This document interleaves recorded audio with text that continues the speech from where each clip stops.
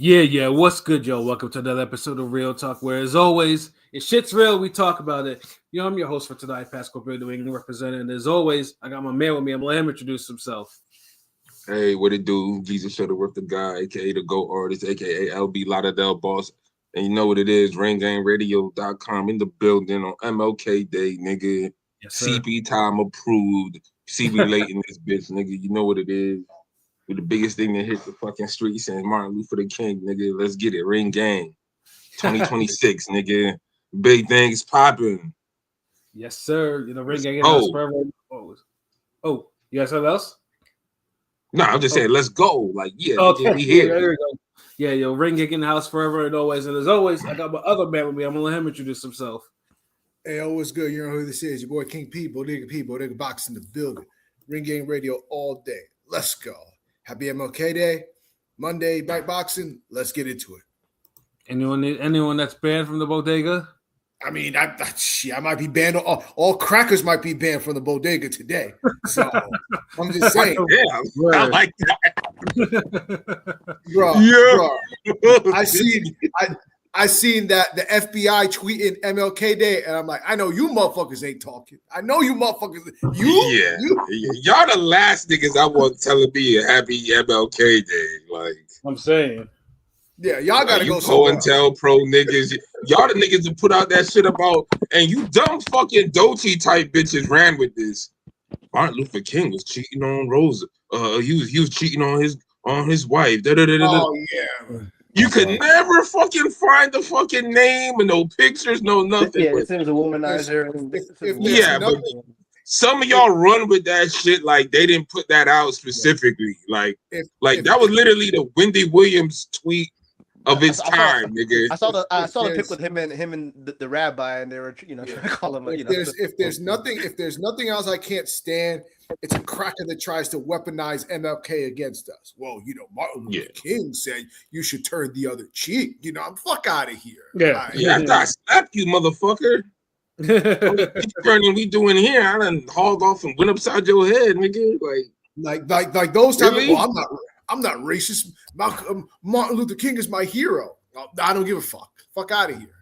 That's like the people that be like, I voted for Obama twice. I would have voted for him a third time if he shut the fuck up. Fuck up. Like no one's asking that shit. Like get out of here. Like you're not gonna win brownie points. Like don't guilt trip me on this shit, nigga. Yeah, chill. Fuck out of here. Fuck your brownie points. I'll smack you with patronizing me. How about that? Smack your brownie points, nigga.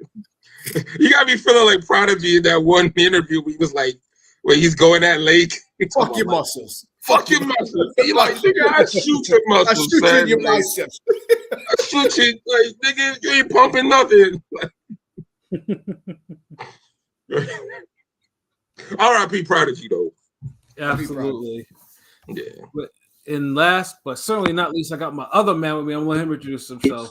Hey, what's Fly's Conscious Pilot, the West Coast Avenger, #1 contender, Ring Gang Radio. Let's get it. First real card, first real card preview of 2026. Let's go. Yes, sir. Yes, because we didn't do it for Matthias Smith though. That was like oversight schedules, a lot of shit going on. Because that earlier in the year was kind of like hectic for a minute. Give us a break, goddamn. Yeah, exactly. Like, shit, like nigga, this Ring Gang, like, have we not done enough? Are you not entertained? Like, shit. Well, at least we could mess up a few times. Shit. Yeah, keep going. My bad. But yeah, so at least though it's good though. At least because now this week it kind of starts a little streak of cards and whatnot. Starting with, this one in Vegas. We got Andy Cruz going for his first world title. The IBF lightweight, because we've been talking about for a minute that 135 needed to get into the goddamn mix. So what better way of doing it than challenging one of the champions, Raymond Murata? So it's like, and this is a fight that it's a good fight now because Andy, to his credit, has at least, he's gotten better as a pro. He's been under the tutelage of Bozianis.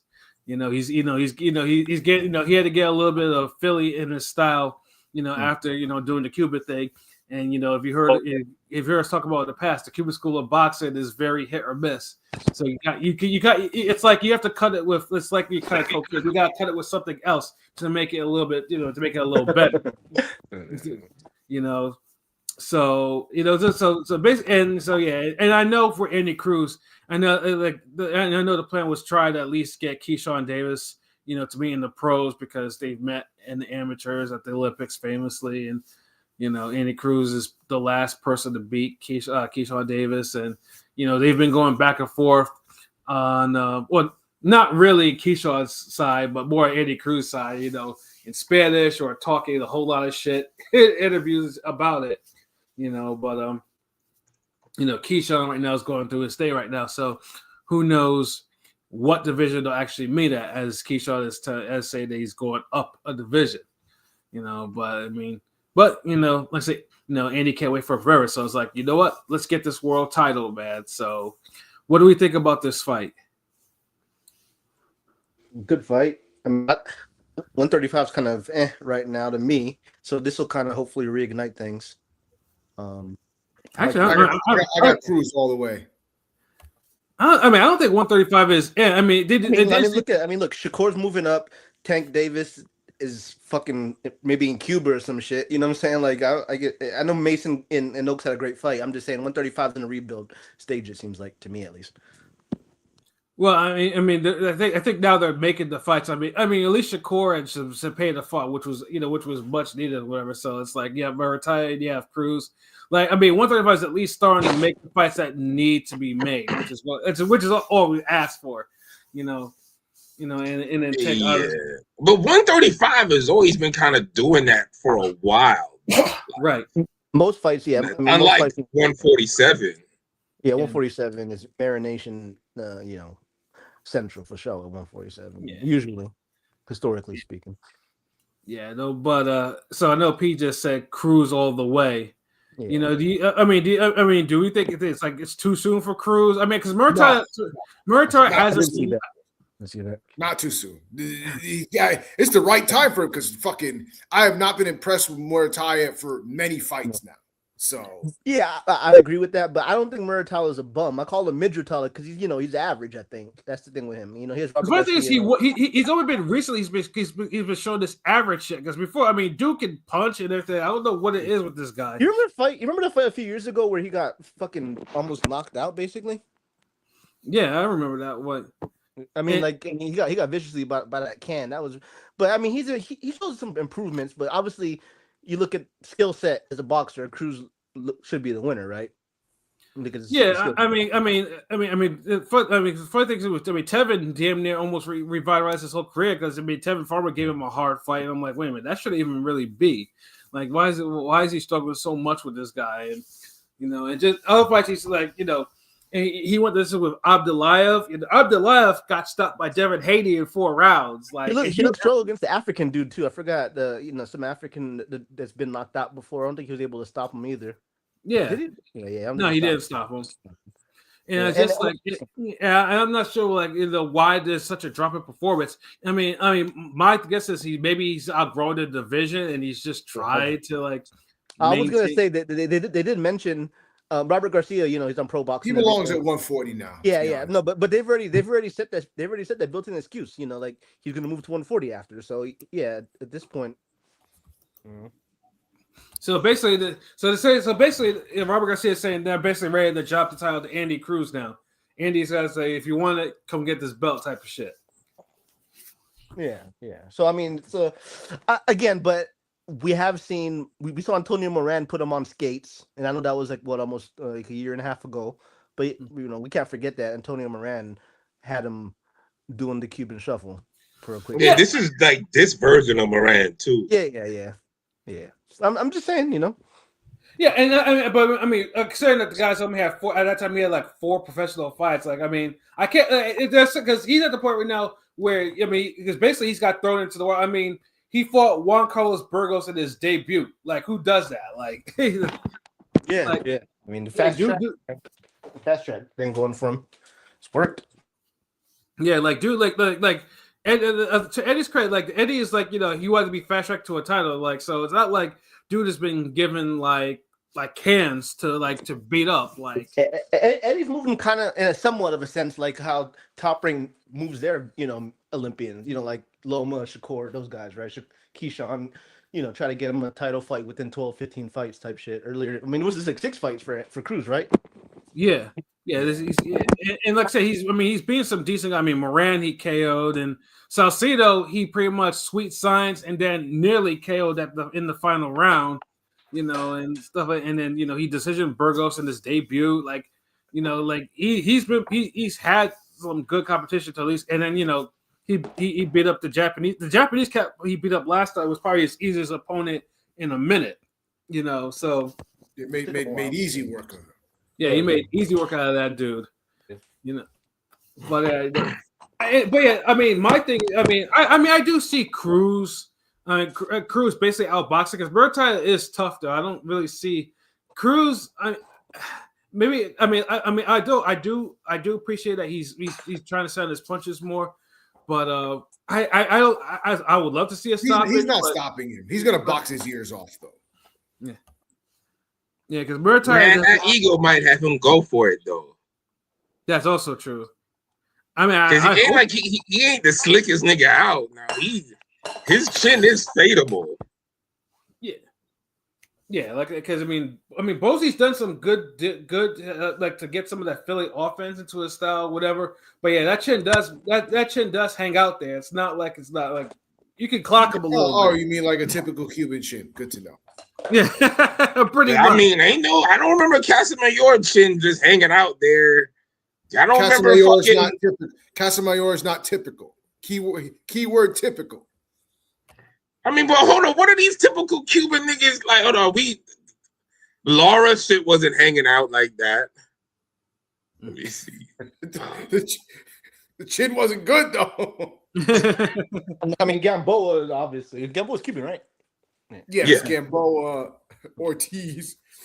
Those chins were just there to be hit, and they weren't hard to find, and they weren't the most sturdiest. I mean, even though at least Gamboa, you had to earn that motherfucker though, because he had something going back at your chin. Is it me or I feel like a little bit he uses Keyshawn's name for clout? It's kind of, to me, it's a little tired how he always tries to clown Keyshawn. Yeah, he does. Yeah, because they don't have no way to market him. Like, look, a lot of these Cuban boxers, they're not brought up in South Florida, so they don't really have a fan base. Like, where else in the world are you gonna like in America? Are you gonna get like Cuban fan base? Yeah, but I mean, he's well aware. I mean, just the fact that he's tied to Keyshawn, who's pretty much like a lightning rod of controversy later. That's the whole reason why. You might as well. I mean, I'm saying he always does. I mean, I get it. I can't knock the hustle. I'm just saying it's kind of corny because it's a little corny. That's all. But I get it. You got to. It is, but it's just like the Savannah Marshall, Clarissa Shields thing. Like, if a nigga got a win like that over you, and it's a significant win. Mm-hmm. Then they'll always have that over you. They'll always have that joke, always have that one-liner until you right that wrong. Right. And he has to shut up Cruz and the pros, like just like Clarissa did with Marshall. Like now Marshall can't say that shit. She don't have no more jokes and one-liners anymore. Yeah, Marshall's pretty much like it's silent, and she can talk trash too, but it's like, what are you gonna do? Run it back, like Yeah, Marshall got a mouth, so yeah, like that shit ain't running no more. So, and until he does that, like Cruz is just well in his rights to talk his shit. Like it's corny, like Pilot pointed out. Yes, it is, and I feel like they use it as a crutch sometimes because it's like, hey, nigga, get some real marketing, It's like they lean on it, like they lean on the K9. I'm sorry, the J-Rock KO for Maul whenever he has a fight. Yeah. Them niggas like, cue the J-Rock tape. Yeah, get that out of here, nigga. And that's always funny too because that fucking uppercut wasn't the KO shot. It wasn't, but there's been great uppercuts over the years, but for some reason. It's like that has been unanimously crowned the greatest uppercut in the last 20 years of boxing. Like, I don't know why. I'm not saying it's not top 5. It's definitely up there. but for some reason they just made it that like, and I'm the guy who made Uppercut Season, like Of course, yeah. I would know, but I'm just saying, like they gave it that. Yeah, it's just weird how they keep harping on that damn that uppercut for. I was like, can't you like find any other thing? I mean, he got brutal stoppages. Like he stopped the uncrowned junior middleweight champ. I stepped away. You missed. You talking about the J-Rock knockout, the J-Rock KO? Yeah.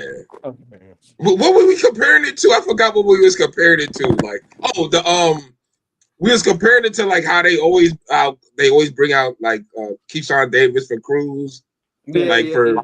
Yeah. Like you see how they brought the Snoop Kevin Hart shit back out this week, right? Yeah, I saw that shit too. Yeah, like that shit was funny. I ain't gonna yeah. Dan the boxing man been going crazy. They right. You can't have that serious ass interview when the nigga behind you don't whoop you and he's pop locking and dancing and celebrating. Like you gotta keep it moving. Like, yeah, I'll be back. Fuck this nigga behind me. Yeah, let's go. Yeah, and Cruz out here, he was really on this Michael Jackson shit. That motherfucker was really on his like he. You know, that motherfucker was like celebrating in that goddamn ring while Keyshawn was just rambling at the mouth, talking about nothing. You know, yeah, like nigga, like read the room, bro. Now's not the time for the deep speech. Like you trying to have your speech like what's his name? What was like, that one fighter? Was it Crowley? Cody? Cody Crowley, the one who had that speech after his fight, and he was like mental health, his dad, all that shit. Cody Crowley, Cody Crowley. Yeah, like it wasn't a moment like that, bro, for that type of speech, nigga. You know, I feel like this day and age, the somewhat recent, too viral that you see from like non-boxing accounts, never talk about boxing. That Andy Cruz Keyshawn shit and Ben Whitaker, you know, the Ben Whitaker highlight reel. They always Yeah, the Ben Whitaker shit. Like funny thing is too, like Ben Whitaker don't even like he doesn't play around like that no more. Ever since he almost got a zero took. So it's like he actually tries to get niggas up out of there now. So which you should like, but my whole thing is still do your clowning, but just have it with purpose. No, I get it for sure. Because like again, I'm obviously I'm in Vegas. I was at a Nas concert. I don't know if I told the story before, but I was at a Nas concert, and before it began, somebody had their phone showing to their friend. The Ben Whitaker highlights on Instagram, the Ben Whitaker, highlights Instagram. So that kind of shows the outreach of like being viral on the internet and being like, That's why I don't hate on it. Like I thought it's good, it's cool. And but also you gotta some niggas you gotta get out of there once you start doing that. You can't do that for the whole 10, 12 round fight, nigga. Like eventually, you combo the nigga to a point where the refs stop it. Like that's the thing, like. Unless that nigga is extremely tough and we see that you trying to take him out of there, like, and it's a Roy Jones, Richard Hall situation where we're just kind of just waiting for it. We're like all looking at the ref like, yeah, he's clowning him, but he's dominating, beating the shit out of him. Like, give the guy a break. If it's not that happening, then you gotta let the niggas who can't do that shit. Let them be in the peanut gallery and talk that shit. Like boxing's different now. Like if you can pull that shit off, do it. Yeah, boxers need these kind of moves. And in this case with Cruz and Keyshawn, at least it keeps it fresh in the people's minds that like these two will eventually fight, hopefully at some point, because depending what division it will be, who knows? But maybe it might be 140, 147. But it's built-in history. It's kind of like the Caleb Plant, David Benavidez shit, Savannah Marshall, Clarissa Shields. It's all of that shit where there's a built-in history. Y'all could always pull from it and make a fight. Like, all y'all niggas got to do is just keep winning and keep being relevant. And win impressively. Yeah, I just don't. I mean, it's probably not gonna happen because Keyshawn's gonna be at 147 soon, most likely. Cruz might be at one. I don't know if Cruz is gonna go. Cruz, look, man, Cruz, like some of these niggas ain't as small as they try to. Like Cruz could eventually get to 140 and 147. Like, he's not that fucking small. And I know if Cruz won, and that's a money fight for him as long as Keyshawn stays on the straight and narrow. So I'm pretty sure he will go up, at some point, and just try to be in the same division and try to get the shit try to get the rematch and the pros to pop off because, like I said, the Olympic revenge story always sells in boxing. For example, like you tell, but Cruz gotta call it out a little more too, like because Davis, I don't think is worried about him. Davis knows, like, yo, I'm more looked at as the next nigga. Like, I don't have to acknowledge you like that. If I think some boxers will acknowledge their amateur losses, some will not. You know, it's like some people some people go to pro like, you know what, I gotta fight this nigga in the pros now. It reminds me of that whole fucking Riddick Bowe and Jorge Luis Gonzalez situation. You know, because Jorge Luis Gonzalez he beat both Bowe and Lennox Lewis in the amateurs and shit like that. You know, and he went to the pros and was talking that cash shit and. Him and Bowe had little his ass fucking beat in the fucking and in the fight, Bowe looked like Bowe and beat the fuck out of him. So who was the one that beat Tyson in the amateurs and got the shit beat out of him in the fucking pros when they fought? There's a few of those actually. There's more than one. Yeah, there's one in particular I'm thinking of. I'm trying to remember which one. You know about Tyrell Biggs? No. Tyrell Biggs is one. Yeah, that was one. Yeah, I think it might have been Biggs. Yeah. And of course, also the famous one with Vernon Forrest and Shane Mosley, and that was the one you say, like, sometimes there's just someone you're just not able to beat. And Shane Mosley, even on his best, they could never beat Vernon Forrest in any situation. And I remember too, HBO was like asking, like, yo, if you have it on tape, we're willing to pay money for that shit. I thought, damn, that's some goofy shit. Like the Olympic wanted to have that video, and they were asking fans to actually pay for that shit, though. But yeah, like I said, it was the same thing. Vernon Forrest was toiling in the underground while Shane Mosley was on top of the world, and eventually, hey, we're signing this fight because Shane Mosley has never beaten this dude. Why is that? And then everyone saw a reason why he couldn't. So it sells him. It sells in pro boxing. It always gonna sell. Like, you gotta keep winning, keep at it. Like, but yeah, like Cruz definitely like has to keep that like. He has to keep that rivalry alive. I understand it. It's kind of like he's the Tarver in the Roy Jones situation. Mm-hmm. Like Roy Jones didn't have to keep looking back at Tarver. Tarver had to chase that nigga.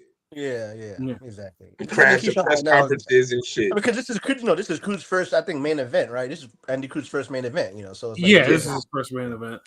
Meanwhile, we don't already rolled out the red carpet for Keyshawn multiple times and shit. Yeah, and like I said, Top Rank moved him along the way he needed to. So like, you can't blame Top Rank because Keyshawn had the looks. Keyshawn was damn near had the keys in his hand, and he decided. That's the only nigga that I can remember that they moved correctly. Recent times. He was even saying he was in the meeting rooms and everything, with them people. Yeah. But I feel like right. He did say that. But I feel like he was trying to honestly I think he was trying to get out of that I think he was like, he saw the writing on the wall. Because look at this real quick.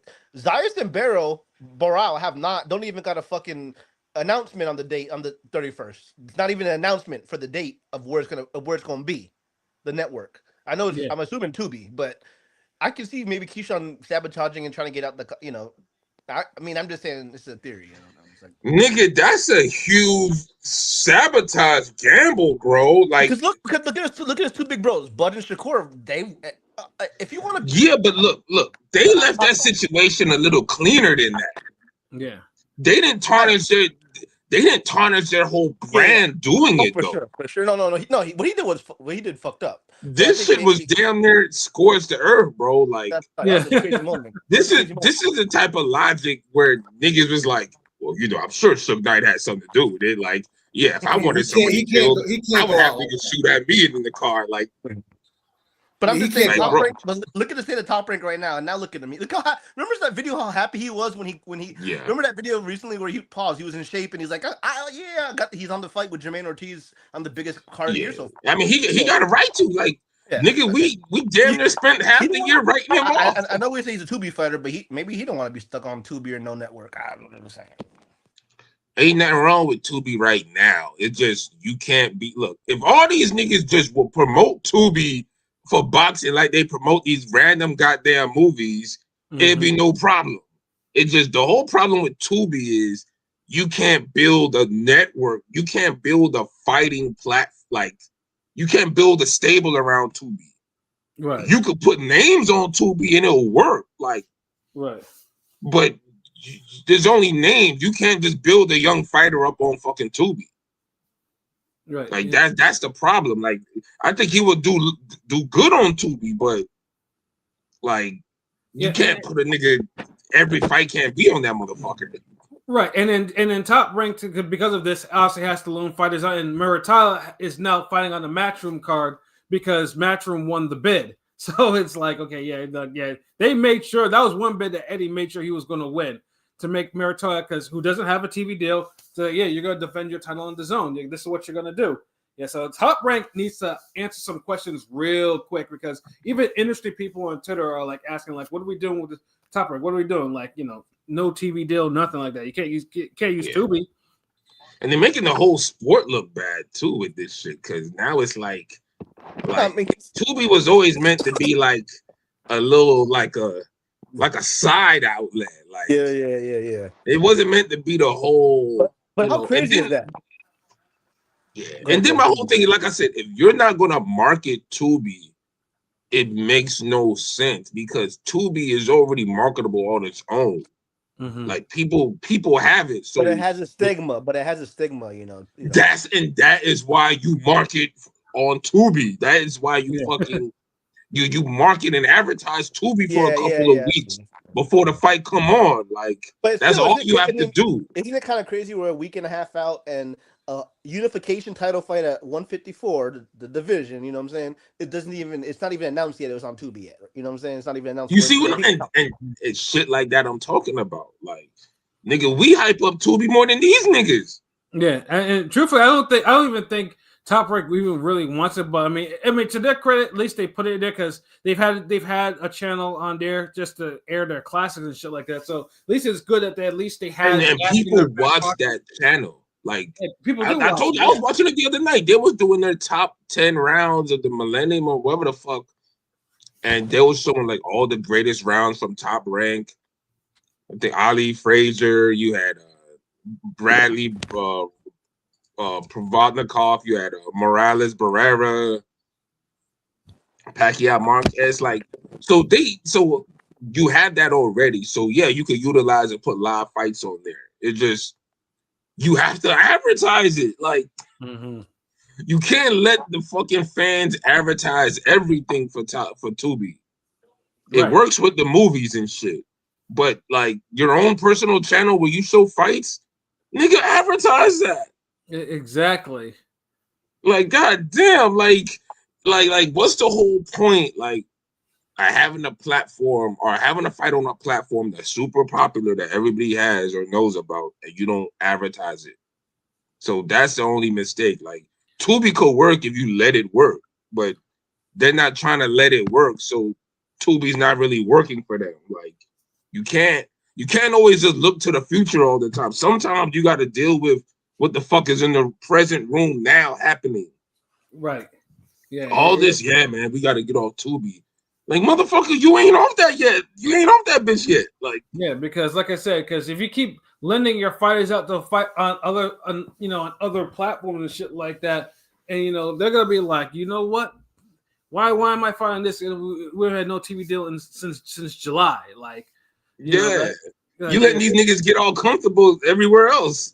Yeah, exactly. And some are even overachieving. Niggas go on other platforms and decide that that they can decide they discover they can punch now, and they're whooping on other niggas' asses. Like, I feel like these niggas is like a record label that's just letting the artists that just be, they shelve the artist, and now he's like getting all these features, and he's burning up mixtape circuits, and he's on other niggas' albums, making hits, and it's on the radio, and now the label's like, hey, I think we need to put your album out now. I think we need to nah, motherfucker, don't. Like, my contract about to be expired, nigga. And it'll be funny too if Muratalla actually does this. Like, he goes on this and he's just like, oh, wait a minute. Oh, I'm a champion, and goes and just whoops Andy Cruz's ass, which is not out of the possibility. Are we gonna act like he very well can't do that? I know he's very capable of doing it. He's looked mid recently, yes, but he's very capable of going out there and just bombing out Cruz. Yeah, I can't. I mean, I'm not counting Muratalla completely out this fight. I mean, I do lean the 30-year-old prospect. I do, but I will say percentage wise, what you got it? 65-35. What about you? Okay. Yeah, I was thinking more like 70-30. Okay. It's 30. Okay, I can fuck with 65-35, but that's about right. Yeah. Yeah, I have the odds right now for that fight. So for money line, Muratalla is the underdog. She's the champion too. That's crazy. At plus 200, Cruz is minus 270. Let's see. Muratalla points decision plus 600. Muratalla KO plus 350. Draw plus 1500. Cruz decision minus 115, and Cruz stoppage plus 350. So they think Raymond could stop him. Yeah, they do. They know it's possible. Yeah, because if they really wanted to count him out, that stoppage would be like plus 600 or some shit. Yeah, I'm even looking at the group betting too for Muratalla. It's like fucking crazy. Like if he stops him in the first 3 rounds, it's plus 3,000, 4-6, 1,900, 7-9, 1,100, 11-12, 10-12 would be 1,400. Like it's almost almost putting it in a way that it could be a lick if you kind of really kind of like if you really want to gamble on Muratalla stopping him, you know. Yeah, like it's definitely a decent lick. Like it's possible. Because Cruz sometimes I feel like he don't always take his head off the line. Yeah, no, that's always been a thing. Like, given this fight, I mean, outside of the Japanese fighter he fought last time, he gets that from Boots. Sorry, go ahead. Yeah, exactly. He does, but Boots moves his head way more. A little bit. This is the thing. It's like you got to remember, it's relative to who he's facing too. True. Like, Daniel, like he hasn't really faced no. Like he personally hasn't faced danger. Like himself. Muratalla is obviously his best opponent who's fighting in his pro rank so far. Obviously, I mean that's not. Yeah, of course. Right. But see, it's more crucial for what's his name, Cruz to move his head against Muratalla than it is for Boots to move his head against fucking Stanionis. Because Stanionis was landing that straight right a lot, even though he got bodied after. I'm just saying, early in the fight, he did. How many did he really land? Like 4? I mean, it was there for him. It was there. I'm just saying, he wouldn't. It was there for him. So far has a chance. It seems like, so it's okay. I'm just saying. Yeah, the Philly, but like the thing is with Boots, a lot of hits look like they're there for him, and they do be for like a couple times. And then something happens where he does something and them niggas don't want to risk it no more. Mm-hmm. I haven't seen that type of shit since like prime Roy Jones. And Roy Jones wasn't like, there wasn't really a bunch of punches out there for Roy Jones where you're like, yeah, I think Roy's up there. He's there for the right hook or he's there for the uppercut. Like, right. Boots, you literally see the punches. And you'll see them throw him a few times, and they might hit him. But once it's like he anticipates it after that, he does something to these niggas where they're like, "Fuck it, I ain't taking this chance no more," and they'll just get the shit beat out of them. Right.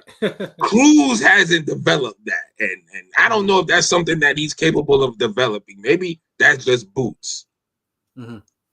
I mean, it could. I mean, maybe it might develop it over time or whatever. But it just seems like. But I mean, I do appreciate though. If he does fight harder, if it seems like he's kind of behind in the fight or he's kind of slacking, he does fight harder. He'll sit on his punches more rather than just like box and move like he usually does. But he'll sit on his punches and he'll try to get you out of there if things are starting to go a little left. So I do appreciate that adjustment from him. Do you think any chance Muratalla is he gonna hurt Cruz in this fight? Do you see him hurting Cruz, stunning Cruz? Do you see him? I do, yeah. Has to, yeah. At least that. Cruz is Robeisy Ramirez, like after the loss, but before really, but without needing the loss. Right. Like he already knows how to kind of I could box you niggas up, but I could beat you guys up and get you out of there too. My talent warrants it. Da da da da. So that's what I'm gonna do. It's just being more defensively sound about it. Like he fights in a way where, like, you can fight in a way sometimes and you give a guy a chance. Like if a nigga knows he has a chance against you, he fights differently, as opposed to a guy who you make him feel like he has no chance and he's just being there until it's over. So that's the main takeaway from Cruz. But I feel like Cruz should win this as well. I want to say by stoppage. What round though?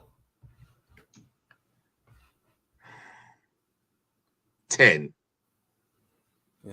See, I honestly, I wouldn't be surprised if Cruz knocked him down. I don't know if Muay Thai's ever been down. I think he has been, you know. But I mean, I think Cruz. Obviously, the Cruz decision is probably like your best bet or whatever. It is, but the only thing about this is, like, he's fighting a known puncher who, like, we don't know if this guy is gonna make weight or not. It's still early in the week. Right. We don't know if he's gonna be on some like I barely make weight and then I'm gonna come in there heavy. So it's like I'm considering all of that shit. And sometimes when you got a guy who's dangerous, you wanna like you may not be able to get rid of him, but you gotta put it to him so bad where he don't think he have a chance. So he get that silent agreement with you type shit. Right. I don't want to give a puncher like that, who I know is moving up, a chance against me the whole fucking fight. If I could get him out of there or at least put him where he's not a threat after 10 rounds, then I'm going to do so. Because I don't think, like, Cruz could just fight the whole 12 rounds and not get rocked or wobbled. And if that happens, who knows what happened? Who knows what could happen after that? Right, exactly. So yeah, like I would honestly, if I was him, I would box for the knockout if I could, like, or at least box him to the point where, like, the ref or somebody starts thinking like, hey, we got to get this nigga out of here. Like, can you do more? Can you one more round? Yeah, Right. yeah, you got to show me something. Like, I need to have those type of conversations. Right. But yeah, I mean, Cruz by 10th round stoppage. Yeah, I mean, Marquise, what up, gang? Salute. Miss Bitch, what it do? Salute. Sorry about that, Pat. Yeah, no doubt. Yeah, but you know, I still have Cruz by decision. Like I said, because Muay Thai, like, I mean, I do Muay Thai, like, you know, as a champion, I do give him his respect though, and I'm sure he's gonna try not to be mid. I'm sure he's actually going to try to take advantage of whatever inexperience that Cruz has. You know, punch with him. Yeah, punch with him. Yeah. Because he can't keep his hands. If he keeps his hands in the holster and he's like fucking, you know, picking his shots and just being tentative and shit like that, that's not gonna work against Cruz. Cruz will just be busier. Like, he'll just start jabbing him up, and like, so I know that. So I'm sure that they have a plan in store for Cruz to at least punch with him. And when Cruz step in or lunge with those big shots, when he get overconfident. Yeah. Take that half a step back and counter the upper. Either going to be the uppercut, the left hook, or the right hand. You got options, actually, nigga. Like, that shouldn't be there, nigga. Just throw something. Take a half step back, throw something. That's it. Mm-hmm. Yeah, no, but Dalton showed y'all it's possible. Like, you can beat these niggas. Right, yeah. Like I said, I like this fight because like I said, I mean, it is a 50-50 fight in some aspects, but like I said before, you can see it as 60-40 or 65-35 or 70-30 or whatever. Because honestly, you know, because you just like, it's one that you don't know if Cruz is just going to be able to box 12 rounds, and you know, and because we got two young boxers though, we don't get enough of these. All right, we got two young niggas fighting each other in their prime type fights. Right. And that's one thing with lightweight that's been happening. We had, like Shakur, you said earlier, Shakur Zepeda. We had Kambosos Haney, and like we've had fights at lightweight where the young guys are kind of pitched against each other. So we need more of that happening. This is good. Yeah. And Cruz is not obviously he's 30 right now, and Murtai is 29. So yeah, it's right at that right in the smack dab of their physical primes where they need to be. So like and it's like so it's like Murtai definitely needs to, because I know he needs a shot in the arm, and Cruz obviously to win spectacularly will up his profile, especially because he's gonna be bragging and shit like that if he wins in like spectacular like fashion or whatever. So and it makes the Keyshawn Davis fight more tangible if he wins spectacular. Right. If he wins and it's like ho hum, whatever, or if he has a shaky moment, it's like, okay, like, you got a belt now, cool. And unless you give us like an Abdullah Mason type of fight of the year where we're just like, God damn, like, okay, he put that effort out there. Yeah, like when it's a fight of the year, we kind of hold back on the defense and all the other nitpicking because the performance was so great. That's why I always tell people, if you just go for it, like people like boxing fans, like we bloodthirsty and shit, but when you put a strong, good effort, we kind of fall back and just appreciate the effort. Like, niggas make careers off of just good effort. Yeah, absolutely. So as long as he does that, like, then, if you look like you could dominate the guy, dominate him, try to stop him. If you can't, just keep dominating him. Don't do no run around, Arcelino Freitas, Gregorian bullshit. Don't take his foot off to get, like, bro, just clean him out so niggas could talk and put you up with Davis and all that shit. Like, so he needs a good performance. Like, if you're going to bring up 10-year-old jokes and memes, nigga, you better have a good performance. Absolutely. But yeah, no, that like I said, that's a great fight too, and also the co-main actually is also pretty good as well. With Khalil Coe and Jesse Hart. Jesse Hart. Jesse Hart. I forgot all about that fight. Yeah, that is a good fight. Yeah, obviously you've heard us talk about it. Like we do hold Jesse Hart in high standards because, like I said, before Bivol actually turned the trick, like he came the closest to actually beating Zurdo, like. And both those fights were truthfully they should be forgotten fates because those fights are not brought up enough, and those were some. You know what it was? Because they had a little bit of sloppiness to them. They did, but it's largely. But they was good action fights, so I it doesn't have the aesthetic. But remember, like you and I, we look at shit differently. I always felt like Shannon Briggs and was it Francis Botha? I always felt like that was a sloppy, messy fight, but that was a forgotten fate for you. Like, yeah, it was absolutely. But it was just too sloppy. Like a nigga who throw, like, dude, like, I mean, I love Shannon Briggs like every other boxing fan, but a nigga who throws a right hand so hard where they miss so hard and they spin all the way around in a goddamn 360 is like, what the fuck are we doing, bro? Yeah. That's a cartoon shit. Like, right. Like nigga. So it's like shit like that just make me take a point away. Like, nigga, y'all some pro niggas. Like I see crackheads with better coordination. Nigga, what the fuck is this? But yeah, I feel you on that. But yeah, Jesse Hart does fight hard though. I give him that.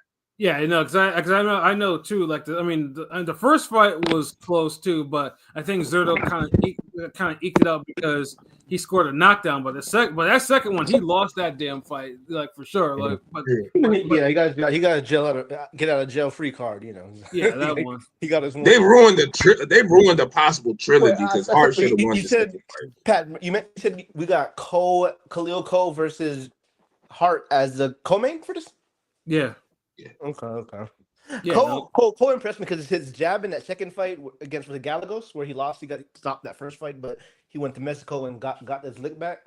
That jab was amazing. That was truthfully, he needed to do that. I mean, because that knockout was out of nowhere. Because I don't know what the fuck he was on. People thought it was over. You get stopped, by a guy that has been stopped before, type shit. You think it's over, so he had to go back in the guy's hometown and get that back the way he did was impressive. So.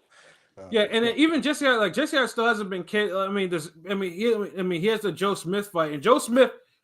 Even though like Joe Smith beat him, like there was no controversy to that. Although the scores are like saying it was a lot closer than it was supposed to be, But like I said, Jesse Hart, he's a hard person to put down like that. Like he's not a guy that he's not like. And I think that he's a good.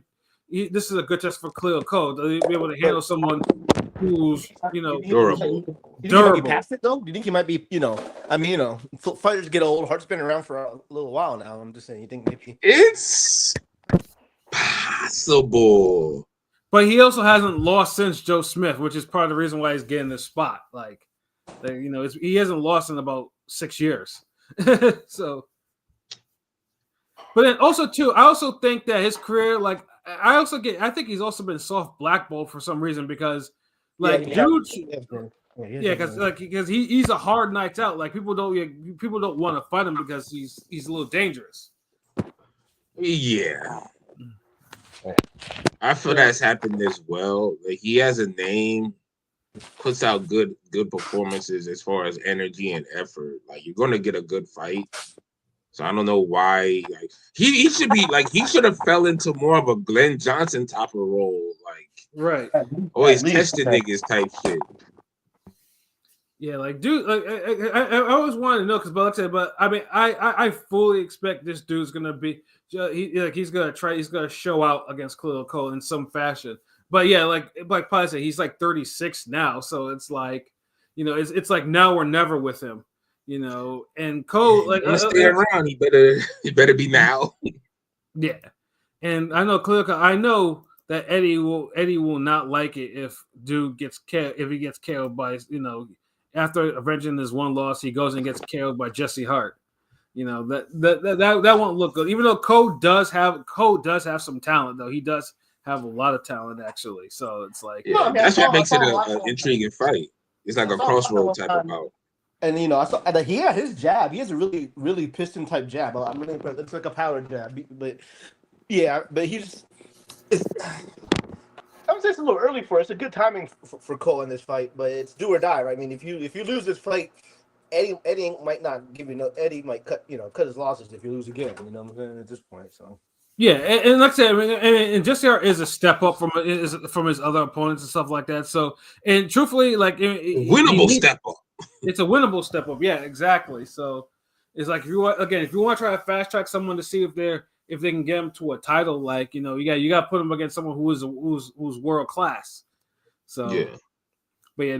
This is a great fucking fight, and like I said, we could probably get a fight of the year for this, depending as long as Jesse Hart hasn't slipped. I don't want to I think we might get more of a fight of the year potential in the main event.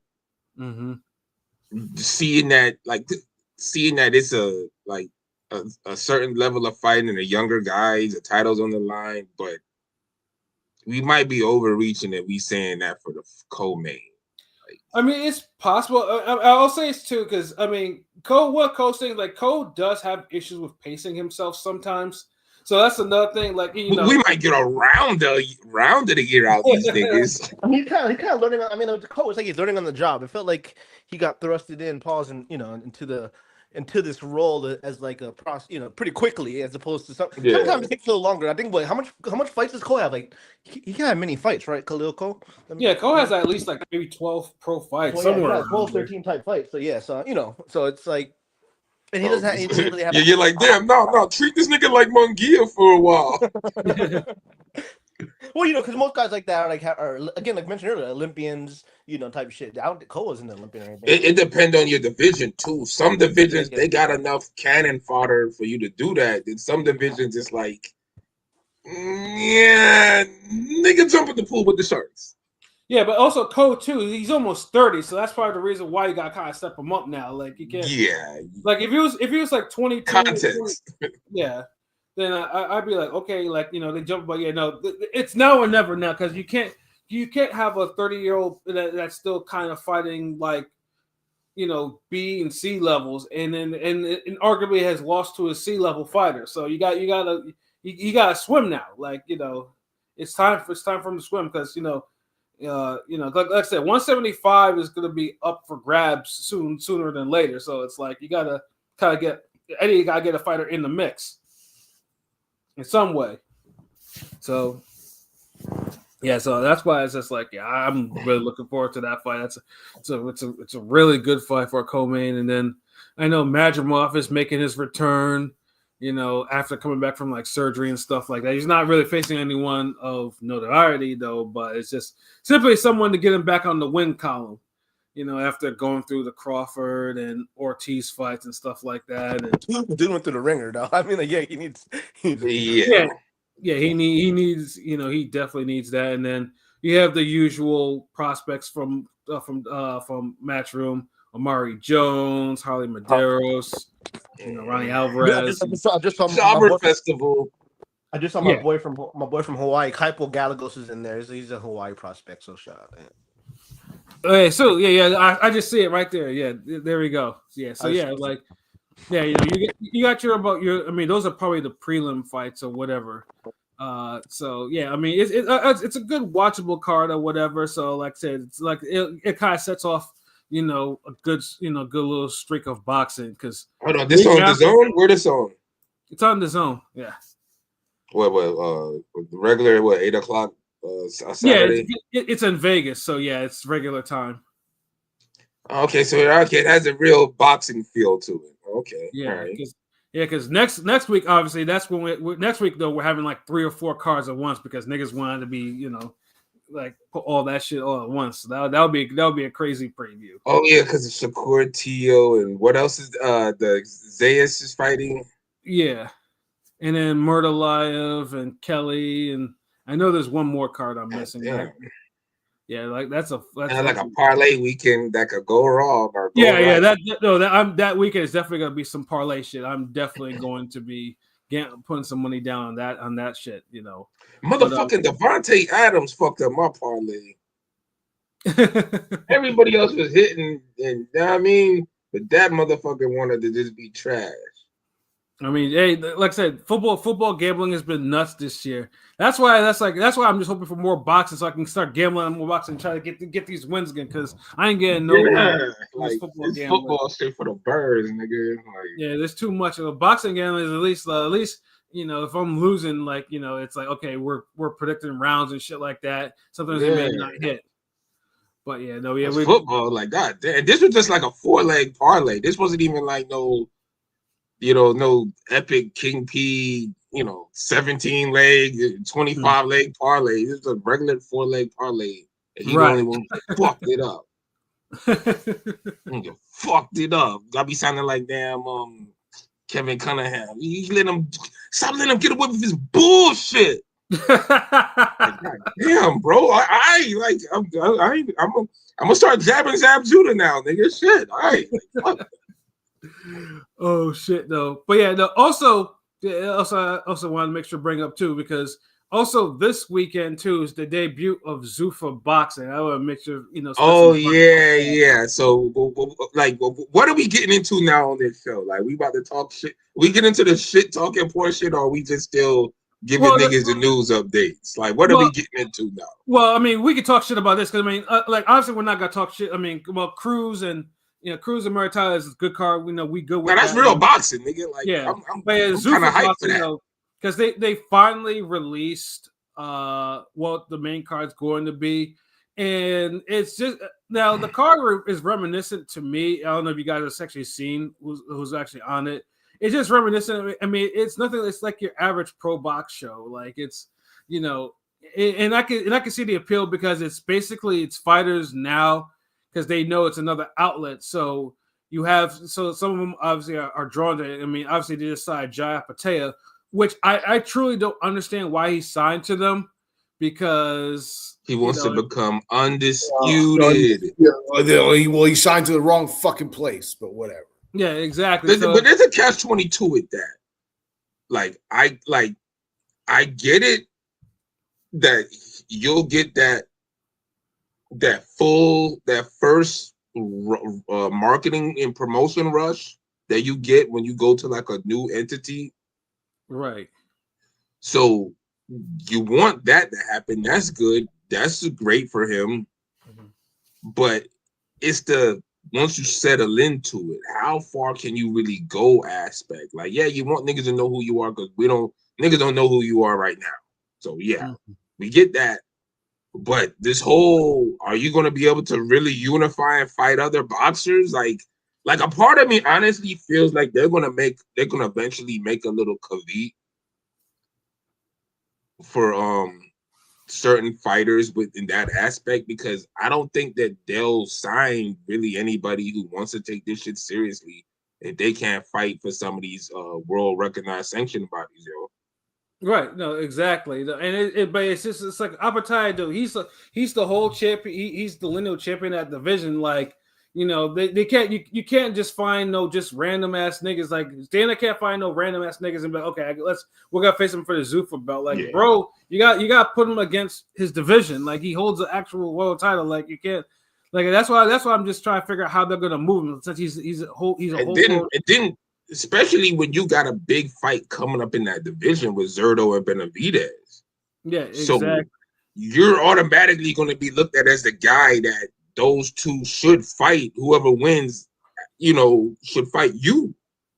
So when that happens, and they're like, oh, well, yeah, the only other notable guy, he's in the Zuffa D League. Yeah. Fighting whoever he need to fight over there. Well, I don't know. Like, y'all trying to make a PFL, UFC, Pride type of situation in boxing, where boxing already has its damn subdivisions. It's like you have boxing, you have Jake Paul, you have like the overtime shit, and then you have like the Misfits Gilly realm of shit. Yeah. They all serve their purpose. Boxing needs all of them.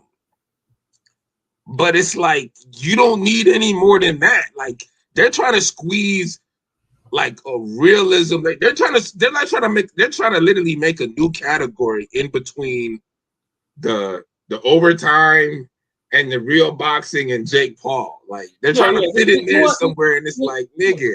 Yeah, they want to make UFC boxing. So, because right now, Dana's only sticking to the traditional weight classes, like the original weight classes. But it's like, you ran the UFC in the ground. UFC niggas is like, we don't want you no more. Boxing's like, they don't want you. You make a little promo commercial where you're walking down the little tunnel. You have this smug look on your face, like you're about to damn. Like, honestly, you look like a goddamn cracker ass slave master walking up to the auction bid on a Saturday morning to see what pound of flesh you're gonna purchase, you motherfucker. And on top of that, you signed the whole cruiserweight. I didn't realize cruiserweight was an original boxing division. Like, make it make sense. Like, yeah, like just all over the place. Yeah, like I mean, you go, pilot. You good? Cook, my nigga. Well, about what? My bad. Wait, step away. About what we talking? I thought you was about to say something, nigga. No, I wasn't. My bad. Go ahead. No, you good. Oh, Bob was that Pat or King Pete? Somebody I thought was about to say something. No, I mean, I can continue to go say some more. Oh yeah, keep going. Then my bad shit. But yeah, just looking at the card, because I mean, they released the main card in the prelims or whatever. I mean, the main event is Callum Walsh. They're steady trying to make that dude a star. Like, they're really trying to make that dude a star. Like, this nigga's not a star, yo. Just stop. Like, he's not a star. Like, he had his time. He had his chance to impress, and he failed fucking miserably. Yeah, someone with that Vargas kid, right? Yeah, Vargas. And I heard someone trying to say he's like there's elements of Devin Haney. I'm like, what are people talking about? Like, supposedly there's like some viral tweet or something about that shit. I'm like, what viral? What the? No, there's not. No, there's nothing about him that's like Devin Haney. Yeah. Unless you're going to be negative and just say his last performance was as boring as Devin Haney's recent performances. Yeah. But that's not. You're insulting. You're not propping him up. Like, it just stick of like, there's nothing you could just compare this nigga to with Devin Haney. Like, what the fuck are we talking about? Like Callum Walsh, he got a co-main spot on the biggest card of last year, and he was putting people to sleep. because it was because Facts. it was such a And the Vargas at fault had more fucking energy for his brother in that goddamn scrap he had in that hotel.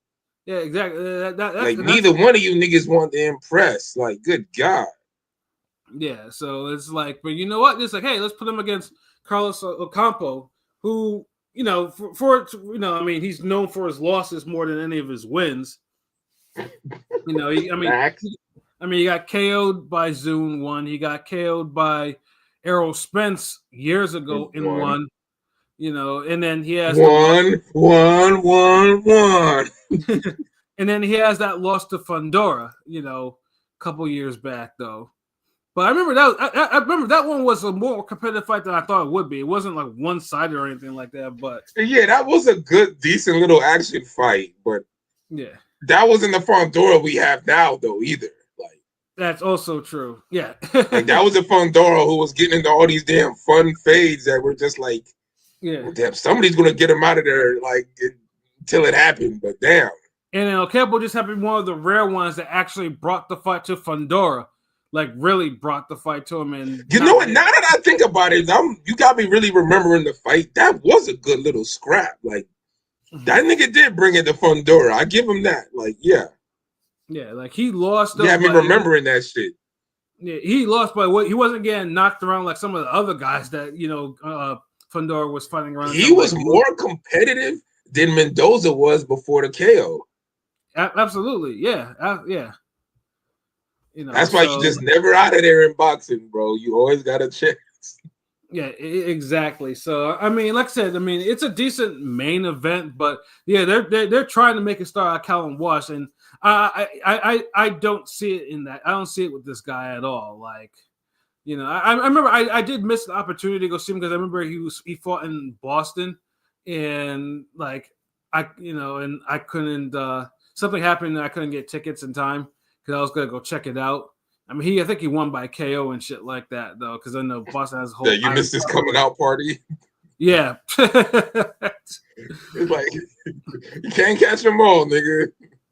You know, but it also see some of the other names. I mean, of course, I see Julian Rodriguez. You know, I mean, after being on that Jake Paul card and whooping on Jake Paul's prospect, and you know, and then I mentioned they signed immediately after that. Then you see names like Floyd Cashflow Diaz, because I know he was let go from Top Rank like for a minute, you know, and he just scooped up all the trash nobody else wanted.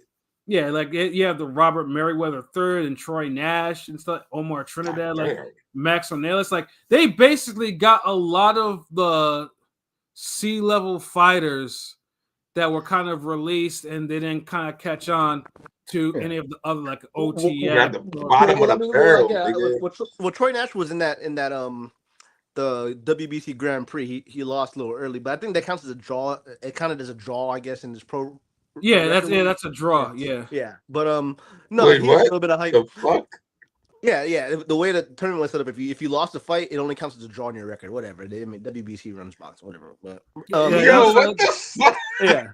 But that was a good fight. But I'm good. Never mind. Keep going. I watched that fight with the guy he lost. I think the guy he lost to won the whole thing, if I'm not mistaken. But yeah, like the Grand Prix, the Grand Prix was a good watch though, but it had some really fucked up rules in there. I'm just like, it was weird. Yeah, it was weird. Yeah. I mean, I don't know if we see anybody in the big light, but I did like seeing Troy Nash at least on the card. At least Turkey, you know, at least they're taking care of him. You know, he lost on their thing. At least he's getting a spot on the card, I guess. I'm gonna be hopeful a little bit for Zuffa. I know there's mixed feelings about it, but as it stands right now, other than Matchroom America, Zuffa's the only fucking American boxing promotion that has a network. So I'm gonna be hopeful, and we're gonna be watching this shit anyway. So. One of the things too is like it should be on like if you're gonna put it on Paramount Plus, you should at least put it on another one of their channels that's actually on cable. Like you might as well go the full Monty instead of just putting it on the damn streaming service.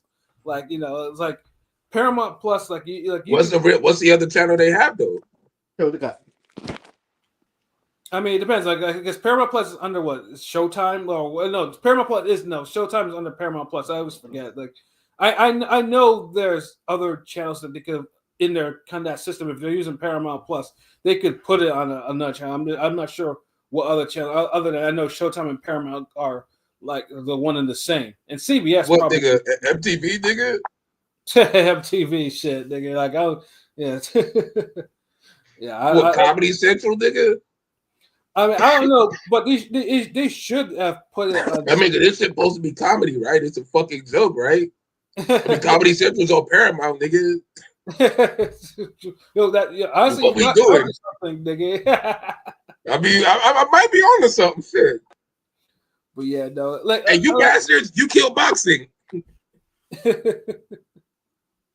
But you know, it's kind of crazy though. Like, I mean, Paramount Plus. I mean, I think Paramount is the one of the few services I don't have a login to. So, you know, I'll have to kind of find out. I might have to go do like a survey. Like, okay, who has Paramount Plus? Let me use their login real quick to watch this. You know, but yeah, I mean, like I said, though, I mean, I mean. The rules are stupid in a way, and you can focus on the original and how they're trying to go about it is kind of weird too. But I got to see how everything plays out too. I know there's a whole bunch of controversy right now because the tickets to go into this shit is expensive as fuck.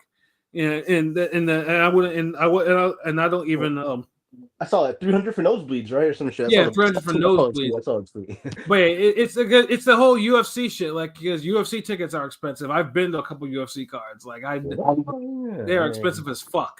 Yeah. You know, so it's like, hey, we're gonna nigga, that's like 2 floor seats for boxing. Yeah, and then you're doing it for Callum Walsh versus Carlos Ocampo. Like, come on, like, you know, you gotta make it make sense. Like, who the fuck is gonna pay that money to go? That just let me know if they signed a guy like Broner, them seats would be like $600, nigga. Oh, nigga, no, we shouldn't put that in the air. Yeah. My bad. Bleep. Yeah. Oh, PJ, edit that out. Yeah. You know what I'm saying? Like, yeah, because well, I don't know if Broner will be, because, you know, he signed with Don King, so, you know, you already know that contract is probably janky as fuck. You know, so Broner may not even be able to get out of that contract to even sign for Zuffa Boxing, even if he wanted to. These niggas might sign old boxers or niggas who got rivalries and just try to sign them for certain fights. Yeah, pretty much. Yeah. That's the only thing. Because honestly, if I was them, that's what I would do. Yeah, I mean, I know they're gonna do. They have one more card planned. You know, and so I know we're gonna probably see more people. We're gonna see more like fighters that, you know, sign with them and see what they're gonna do. I forgot what the other fight was going to be though. But I already saw like the Zuffa belt, and it looks like fucking Legos and shit like that. This shit looks terrible. that Charles Martin and F.A. Jabba fight. Oh yeah, that's it. That's like it. That. Yeah. Yeah, but it seems like it's back asswards because, you know, well, Charles Martin has been floating around for a minute. Like, I don't think. Nigga, wait, hold on. Don't you mean ass backwards, nigga? What do you mean? Like you said backwards ass or some shit. You said it sounded wrong. My bad. I'm sorry. Yeah. You know, but you know, F.A. Jabba is just like, you know, you go in. It is like, you know, you go and you sign the Top Rank. You leave Top Rank to go to Zuffa Boxing, and I'm just trying to figure out why. Nigga, like, that's a Tubi fight, nigga. Yeah. Like, Paramount Plus, like, I mean, I'll watch it. I see, but damn. Oh, hold on. So, what time is this shit coming on? Is it going to interfere with the other shit? No, it's on a Friday. Oh, is this Friday? Yes.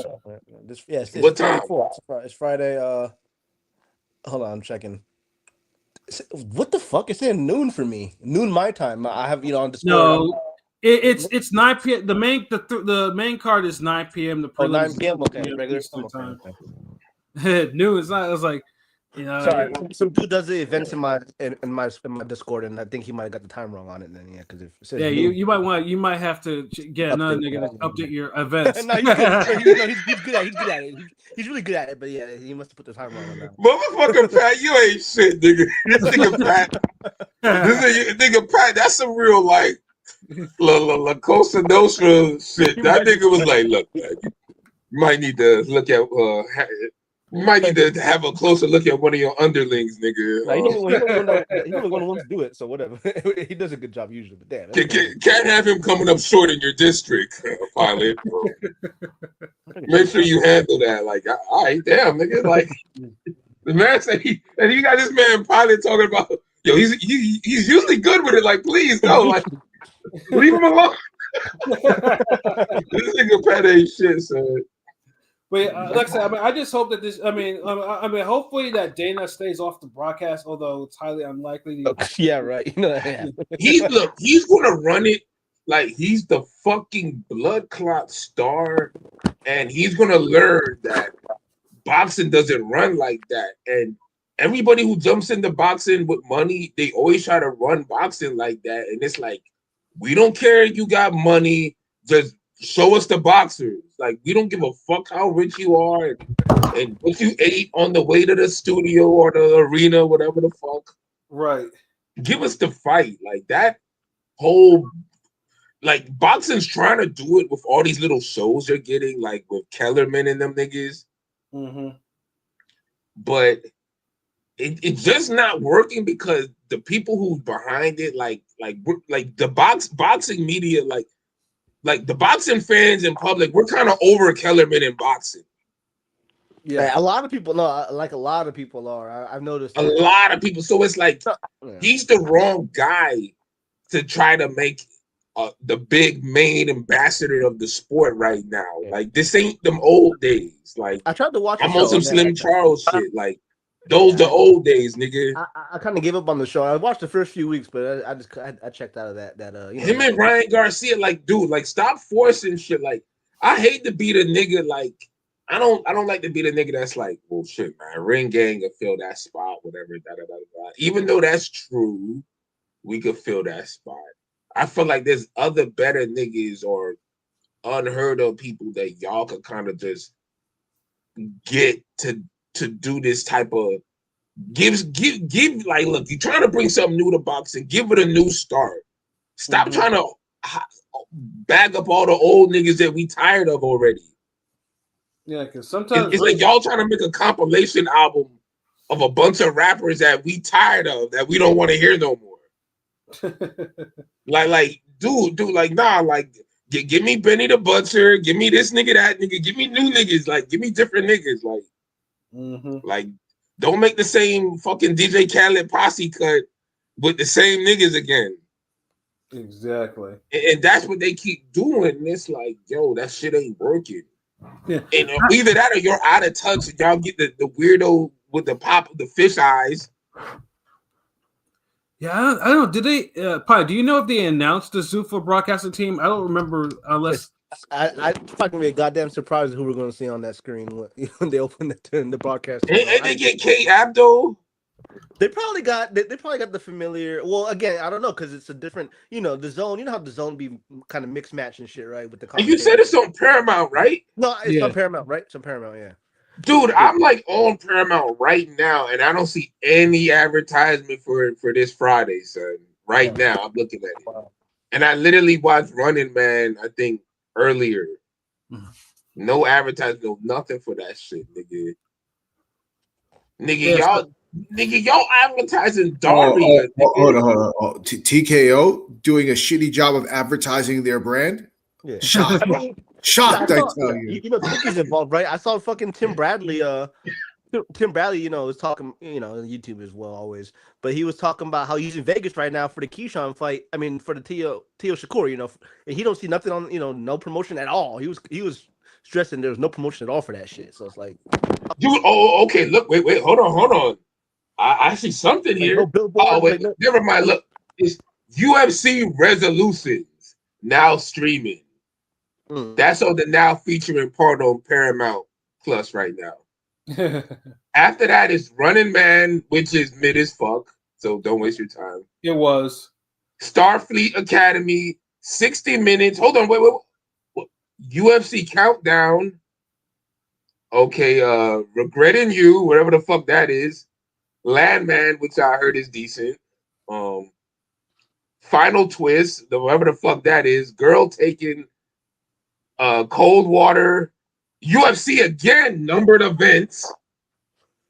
Fucking Bar Rescue. Bar Rescue still out, goddamn. Nah, it's gotta be replays. It gotta be replays.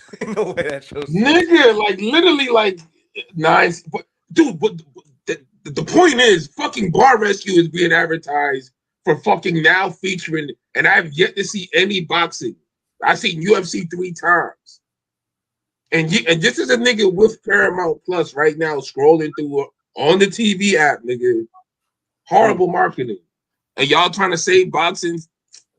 Save boxing my dick. I ain't saving shit, nigga. Yeah, and unfortunately, Kellerman and Andre Ward are gonna be part of the team for. Oh Lord, as well as one of the one of the cats from UFC that does the. Wait, hold on. You said who and Andre Ward? I missed the first name. Kellerman and Andre Ward. It's gonna be called Zuko. Yeah, they're the key personalities. They're the key analysts. I'm gonna watch it, but I'm good. Like it's like y'all already took a point away from me enjoying it. Like I mean, these fights better be like some slug fests or something. At least give us, they gotta have one chick on there. Just give us some nice eye candy. Give us a new chick. Come on, give us something. Yeah, like I said, I heard they got Kate Abdo. No, I'm saying, but I think Kate Abdo and all those chicks are on the zone. So I mean, I don't know. Are they gonna, So I don't think it might be somebody. I'm just saying I don't know how it's gonna go, but it's Campbell's not the main event. It's the smaller guys is the main event for this Pat. It's the 140 guy, right? What do you mean? What are you talking about? For the main event. For Zuffa? Is Walter Campos the main event? Yeah, of course. Yeah, that's okay. I know they're pushing him for some reason because they came Sandoval, Julian Rodriguez. Julian Rodriguez is the guy that knocked out Avius Griffin on that. Yeah, no, he's on the main card, but he ain't the main. He's definitely not the main event. Yeah, that makes sense. Yeah. Yeah, so it don't even matter. Like you could have just picked anybody for the main event if that's your main event. Right. But they're gonna push this fucking Irish cat for they're trying to push him to whatever. Because it's like they're trying to. It's like this is the thing. If you're gonna do something right, do all of it right, and that's the thing that happens in boxing a lot of times. Like people will play up to their strength so much that they forget about other obvious things. Like if y'all trying to play into this Irish crowd shit, like the Irish boxing fans, well, you still got to advertise it on the fucking damn app, nigga. Dude, Netflix always puts up, like whenever boxing's on Netflix, they advertise the fuck out of it. You put up Netflix, boom, Canelo Crawford still shows up. Paul Tyson, Serrano Taylor, like that shit still be up when it's popping recently, all that shit. Or before it comes up, they let you know streaming 9:00. WWE, same thing. Fucking NFL, all of that shit. Like NBA, get it fucking together, man.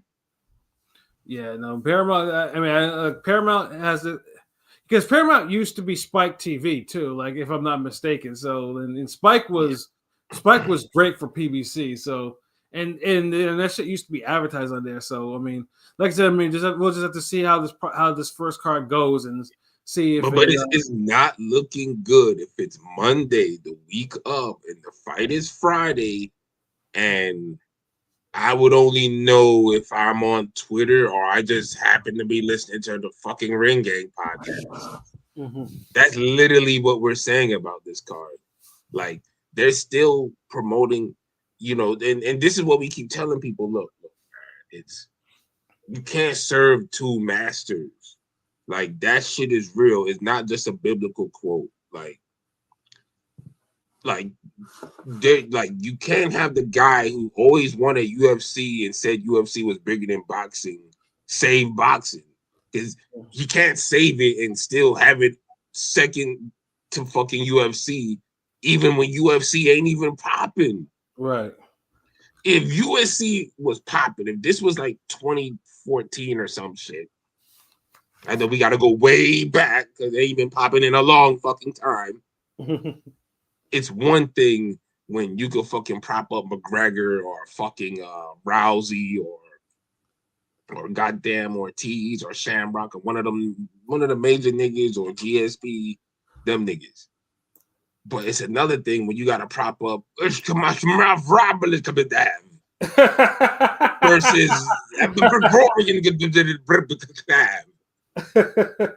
and also starring and also featuring on the co-main event Ishmael Rishmack round.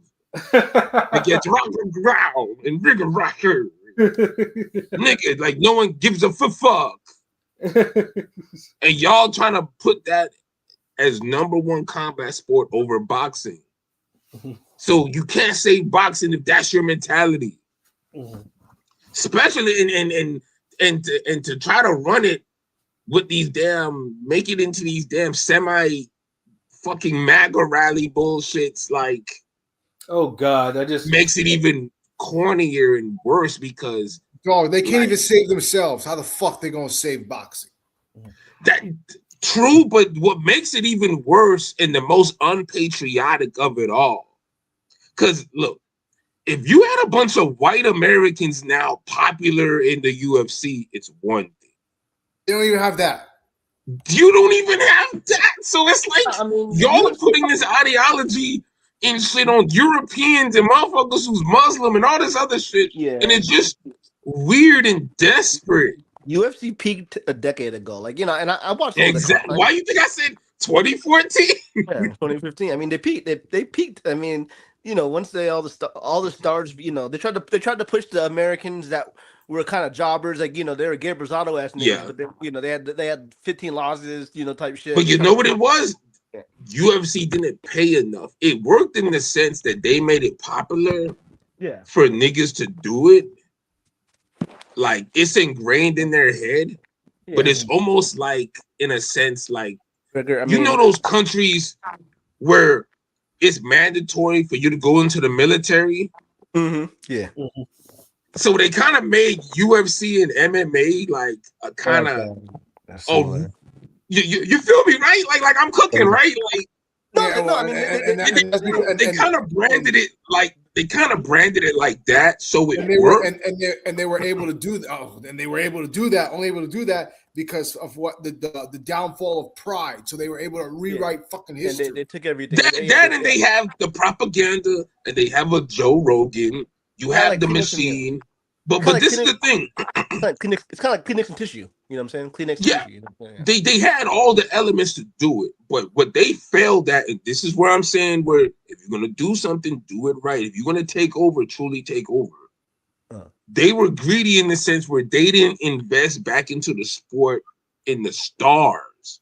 Yeah. Everybody started knowing that you couldn't make money in fucking UFC. Look at Conor McGregor. After he fought Mayweather, probably still his biggest payday. He's only fought once ever since, in the UFC after the Mayweather fight. And they had to pay him way more money too. And you see all the UFC, MMA guys went to box, to get a payday, And I bet you that's gonna happen with Zuffa. I bet you in Zuffa we're gonna see. No, in Zuffa's gonna happen. Zuffa, we're gonna see a lot of crossover fights. It's gonna be normalized. I gotta feel that. Yeah, a lot of shit that they're trying to do is going to fix itself while it's happening during the year.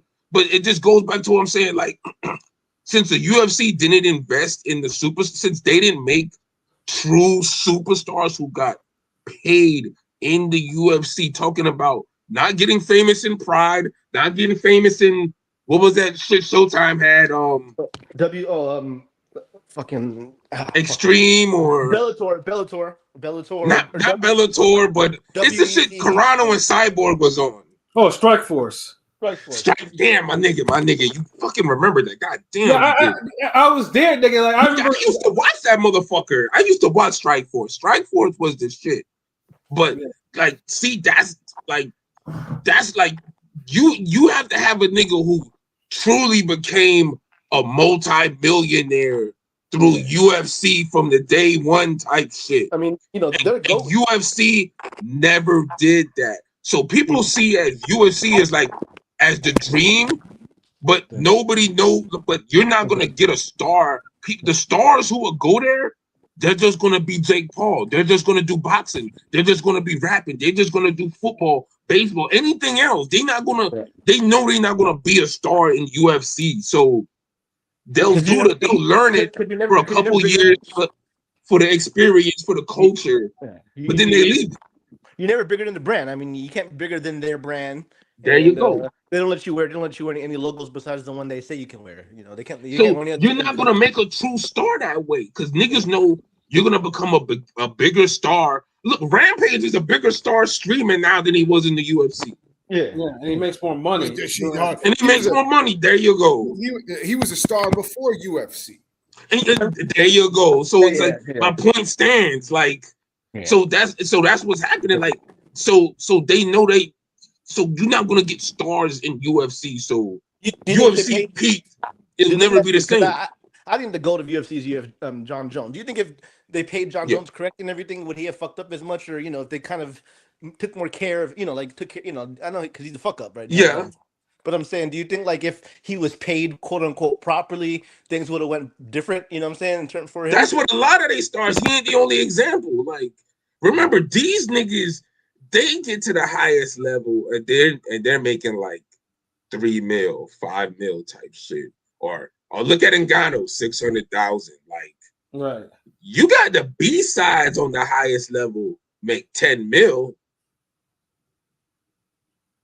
A nigga like fucking your boy Campus is getting paid more than some of these UFC stars. Facts. Oh, for sure. Yeah, for sure. Like nigga, like, so that's the difference. I mean, they're heavyweight champs already. I bet you the heavyweight champ he's already talking about, he hasn't even defended his belt really, and he's trying to talk about, I might go to boxing now type shit. Their current heavyweight champ. Mayweather gambles these niggas paydays. Like literally, like honestly, like shit, man, come on. So it's like it ain't gonna happen like they wanted to. You'll see it fix itself. Like, yeah, well, I mean, we'll see in the first couple of shows. Like, I'm pretty sure all the shit that that people have been talking about for Zuffa will be in full fucking display. Unless, of course, I might watch it and go live afterwards. Who knows? Like, facts though. But speaking of going live, some fighter went live, on some other shit, and she didn't go live as herself originally. She went, brother. Yeah, Clarissa Shields though. Now, obviously, if you see Clarissa Shields on Twitter, like she, basically, she's pretty much in a lose-lose situation because anything she does is criticized to a degree. But she also, some of the things that she does and says, she also brings it upon herself. So it's like she's and unfortunately for her, she's sensitive. She's like she'll But you got sensitive, and then you just got like extremely insecure. Like, pick one, nigga. Like, yeah, no, but she's like borderline. Like, she's insecure, nigga. Like, the sensitive is like the Ralph. That's a song. That's an R&B song, nigga. Like. Yeah, but it's just weird that she called a random ass YouTube boxing show, and she called in as someone who's like anonymous and a supporter who claimed that she knew. I know her personally. Yeah, and I'm thinking to which was weird too. And then as the conversation kind of went on, the caller became defensive and started speaking in the first person, which is also fucking weird, And then the dude was saying like he personally like didn't disparage her or anything, and it's like she has an issue with the whole like blogs and media, and she kind of takes it out on like everybody individually. Like, so even if you're like, if you hyped her up and praise her, if you just happen to announce that, oh, hey, somebody said this about her or whatever, or you just never even did that, she still kind of like lumps you in with the bad people type shit. Yeah. And it sounded like she was doing that to dude. Yeah. While he's trying to explain himself.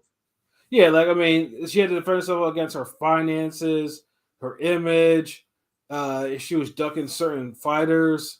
Like, there was, basically, she couldn't keep up the facade of, being this supporter. And then it's like, yeah, it's her. And it was just like, how this is like, first of all, you're a whole championship boxer.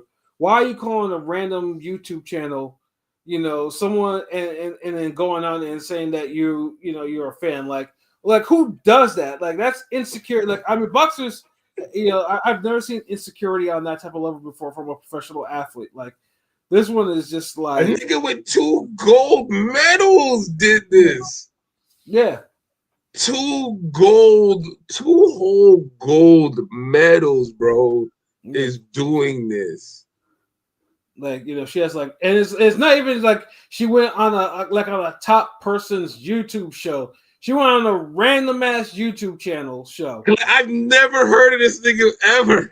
Yeah, like Hood Champion Boxing. That's not a notable YouTube boxing channel. Although I'm pretty sure now, because of that you know, they probably got some subs off that shit because it's Yeah, I guess now, like, okay, like, I mean, that's the only like positive takeaway from this. Honestly, like, yeah. you helped another YouTube channel like get some motion, like, so. Mm-hmm. Like, that's the only thing I could salvage out of this. But it was extremely corny and just reeks of insecurity. And just, Right. it's just overall tacky to me. Like, it's, sometimes there should be certain things you're above in life. Like, this is one of them.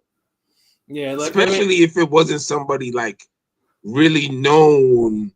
Because once the dude started, like, the dude wasn't plea copping or anything, but once he was like letting it be known, like his stance and everything, she could have softened up and kind of chilled, but she kept like going. So it's like, God damn, like shit. Yeah, it's very weird, and it's like, and all it does is just, you know, just opens up, you know, more people to make fun of her. Like, it's like, why would you go viral for this? Like, this is one of the worst things you can actually go viral for. Like, why would you want to, like, you know, you couldn't even keep your lie or your facade straight. You know, it's, you know, and basically Chris Cyborg was even able to get some bars off talking about you hands down the goofiest woman of all time. Like, simple and to the point. This goofy shit. And she's right. That shit was goofy. Yeah, this is literally some goofy shit. Like you literally you bragging about all the money you got, $8 million deal, good, congratulations, no hate, like that's great.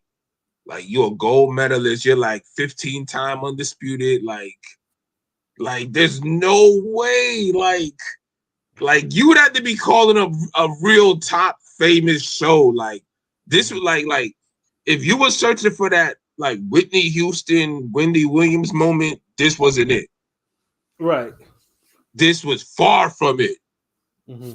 Like this was not fucking it. Like no, like you're not fucking Whitney Houston. That's one thing, first of all. And two, like you didn't call in the fucking Wendy Williams. Mm-hmm.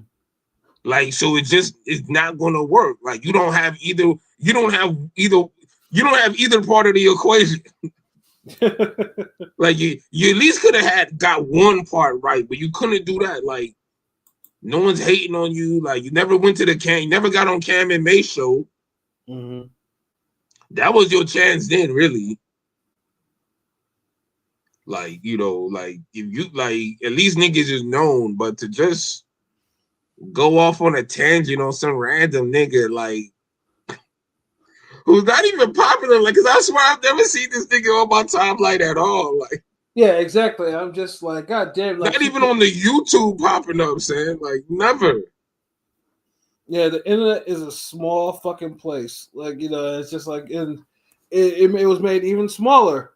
Like, you know, yeah, like I kind of thought I kind of knew who was who in like the little YouTube boxing world, but apparently I didn't. Now I just gotta wait to see what video Layla P. Lee puts up later making fun of this shit, because she do that too. Like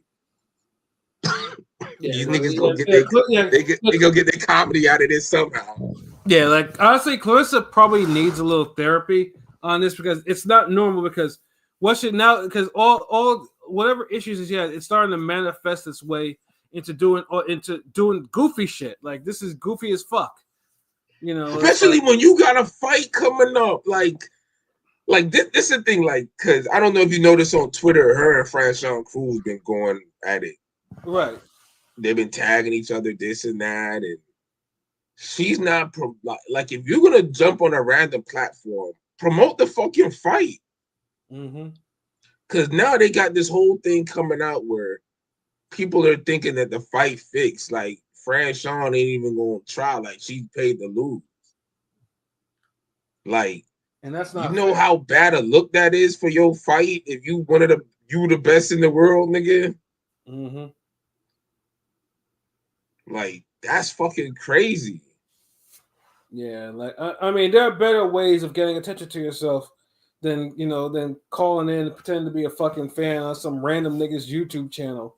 And it's like, tighten up, baby girl. Like, tighten the fuck up. Like, Yeah. you don't need to, like, you're a whole world champion. Like, you're supposed to have an ego out of this world, but you're doing this fuck shit. Like, come on. Like, you gotta stop this shit. Like, this shit ain't cool. Cause like I said, then you complain about people being against you, but then you're giving them ammo for them to actually go in. She makes herself. I mean, she makes herself a fucking really easy target because she's brash and confident. She's outspoken, and unfortunately, she's a black woman, and for some reason, people love taking shots of black women. They try to always hit, how they do the media. Come on, they know how people. But I'm just saying. So, but other than that, the role, like she does kind of make it easy to be a target, though.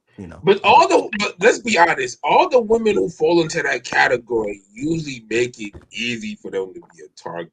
Like Angel Reese, another one. Yeah. She do shit that just contradictory, and it's like she says shit to kind of hype herself up a little bit, but in a way that, I know what you mean. I know what you mean with Angel. Yeah, just in general, the people that like think of it entertain. There's entertainers. I can't think of any names specifically, but yeah, it's usually. And we've always said Claressa Shields has a loud mouth. I mean, this ain't like a Serena Williams situation where the establishment, the system kind of against you. Well, not kind of, like is against you. Mm-hmm. And they had a little racist. Like none of that is happening. Like you always shit talking men. Like men are like the biggest fans of you, nigga. Like it just is so much weird energy around. I mean, she said she gonna knock out Keith Thurman type shit. Like, what the fuck are you talking? Like, yeah, like then some random Euro cracker drops your ass in sparring, and you want to go get the blicky. You get a knife. You put out there that the nigga put he put stuff in his gloves. He tampered the gloves, like a lot in a gym sparring session. Yeah, a lot of goofy shit. It's just like, it's just like the goofy shit just gotta stop. Jeez, like the whole Remy Papoose debacle shit, the opening weekend of your fucking movie. Like you start the year off on some goofy shit. The shit with Cam and the DMs with the views, like you got a fight coming up, like you're beefing with women, you're beefing with niggas, you're beefing with like everyone's always jealous of you, like to the point where other women who are undisputed champions, you call them jealous of you. Right. Like, everybody can't be jealous of you. God damn. Like, but yeah, I ain't gonna lie. All the niggas who say you need therapy, like, you really do need that. Like, and I'm not one of these niggas who champion therapy like that, but yeah, like, yeah. Cause the comments tell it all, man. But anytime you see these shits go viral, the comments, man, niggas be like, yo, why y'all make fun of that girl? Y'all know she's slow.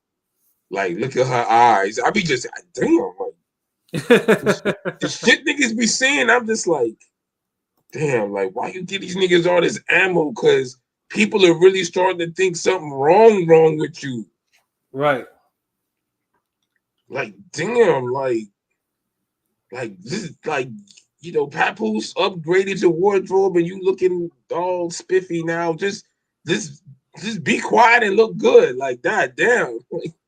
Yeah, that's all she needs to do. Is just concentrate herself. But it's just like, it's just unnecessary drama, especially with a fight that's like less than a month away. So it's like, come on, like get the shit together. Like, stop fucking, don't give people ammo to all these issues. Don't go over to a random YouTuber and to front like you're somebody you're not. Like, you gotta stop all this bullshit. Get some. I just can't imagine doing that. Like, just could you call yourself like just call up in the ring gang on some like man, like I ain't gonna lie, like y'all niggas be trying Pilot, son, but Pilot like he be having like the best music choices, and like he be like having the best opinions, like but y'all be like making fun of like nah y'all like I don't know, man. Like I fucks with that nigga, but y'all like I just can't imagine a nigga calling up saying some shit like that, and then it's like we do some pushback or some like, nah, man, you know he be off on some shit sometimes though, man. And then this nigga busts out like, man, fuck y'all niggas, man. Like y'all always be trying me and shit. Wait, what? Nigga, I was like fall out.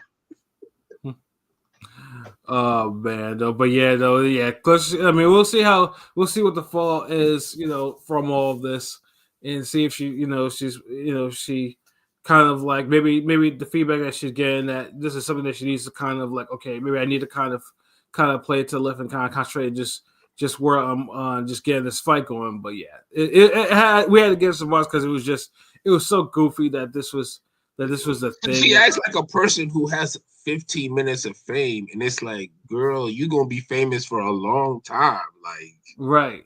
You ain't gotta do all this reaching out and all this extra shit. Like, but one thing we gotta talk about, like, she ain't the only female boxer that gotta get bars. I don't like shitting on another light-skinned person, but you can't be making all of us look soft because you know how. Just remember, LB, not all light-skinned folk is kinfolk. I know, but you know the rule. If two light-skinned people stand next to each other for longer than 15 seconds, they could be accused of being siblings. Oh, brother, you're telling me. Like, dude, if we was to just go down to the corner store right now and just be standing up there eating some fucking Funyuns and shit, somebody in the neighborhood will come up, or I hear later, niggas like, yo, so when I seen you at the corner store, is that your cousin with you? Exactly. I'm like, nah, nigga, like, oh, that's probably your brother though. I'm like, you know what? Yeah, nigga, he is. Yeah. Yeah, and every light-skinned nigga has been compared to another light-skinned celebrity. Like, yes. Like, we don't do that with you melanin enriched niggas. I was about to say a slur. So. We're just like, nah, this is a safe space, nigga. This ring gang, we're family, bro. Like, no one said anything to you. Like, you ain't gotta go up, you ain't gotta take it there, nigga. So yeah, so it's all love. But yeah, like the melanin enriched niggas. Well, I ain't gonna lie, back in the 90s, if you was of the darker variety, niggas did have the Wesley jokes for you. Oh yeah, you definitely had the. But that's Wesley though, nigga. That's not like a. Yeah, it's a diss, but it's not a diss type shit. I mean, Wesley's a goat. Wesley's he's a goat on camera. We had some jokes for the dark skin, for some of the dark skinned niggas. Like, I remember there was this dude. We would joke about how he was so dark that he would get out the car and the oil light would go off. Yeah, that type of shit.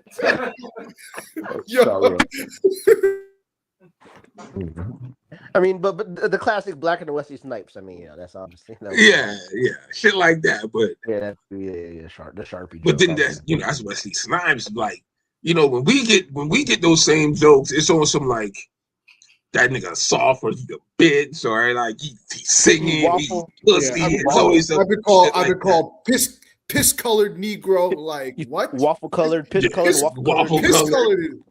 Piss colored is crazy, by the way. Like, I ain't gonna lie. I had this nigga saying that shit in the cartoon was wild though. I ain't gonna lie. Like the damn the exchange with you and Rodney, like that shit was fucking crazy. The piss colored piece. Nigga, you got freckles. Why are you saying this so confidently? Like, goddamn, like we so mean to each other. When they're the enemy, but nah, but yeah, so yo, Pilot, you got the Twitter poll for the one of you niggas for the The Baumgartner. The other that light sky. I figured. Yeah. Hold on. Let me see if I can. You know, we equal opportunity. I don't want niggas to be like, well, damn, y'all talk about Shields all the time. Like, we give a hub props, but she do goofy shit. I got it. You know what I mean? But gotta get that Baumgartner too. I mean, listen, you could. Go ahead. Yeah, so we did ask on Twitter /X at Ringing Radio. Check us out on there, of course. Do you think Alicia Baumgartner and Caroline Dubois will fight this year? We got 10 votes, so please go there, hurry up and vote. A lot more days to vote. 10 votes with 0% saying yes, 20% saying no. Me and a lot of other people thought she'll duck, Baumgartner will duck, and 30% did not care. Yeah. Damn.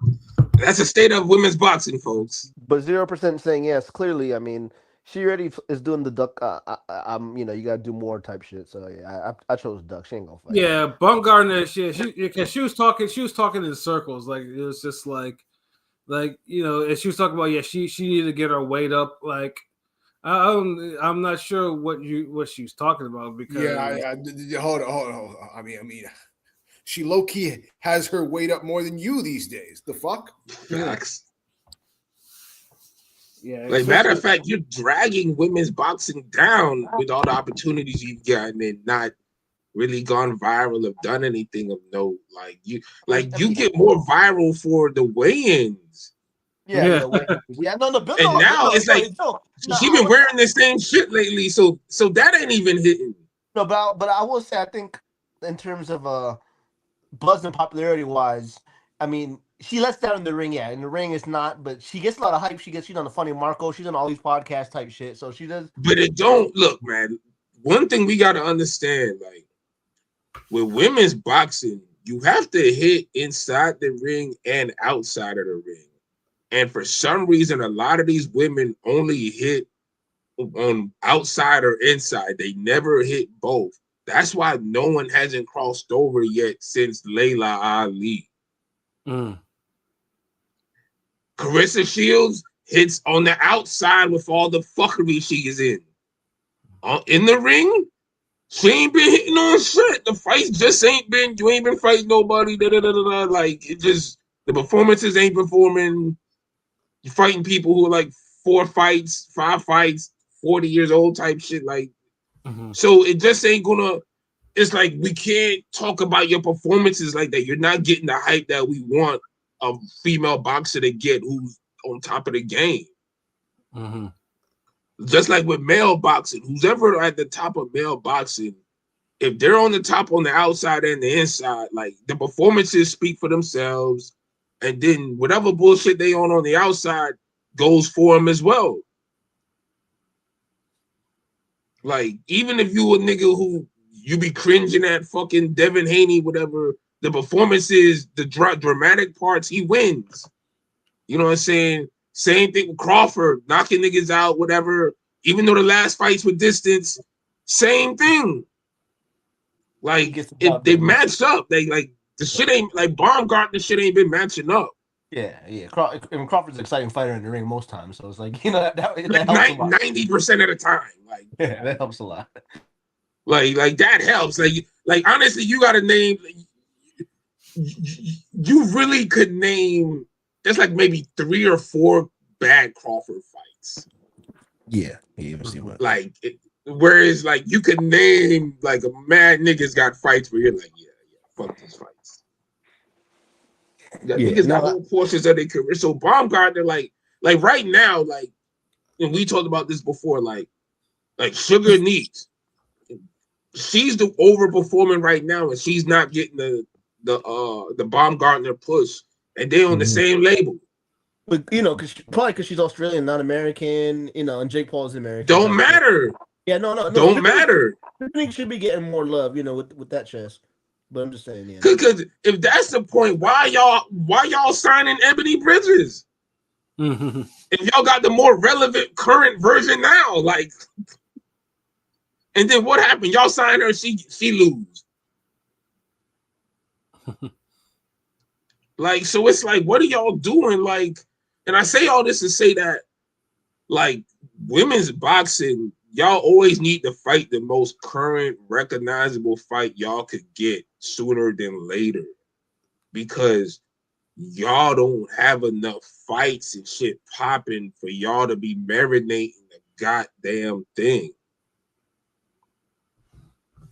Yeah, and like that's just facts.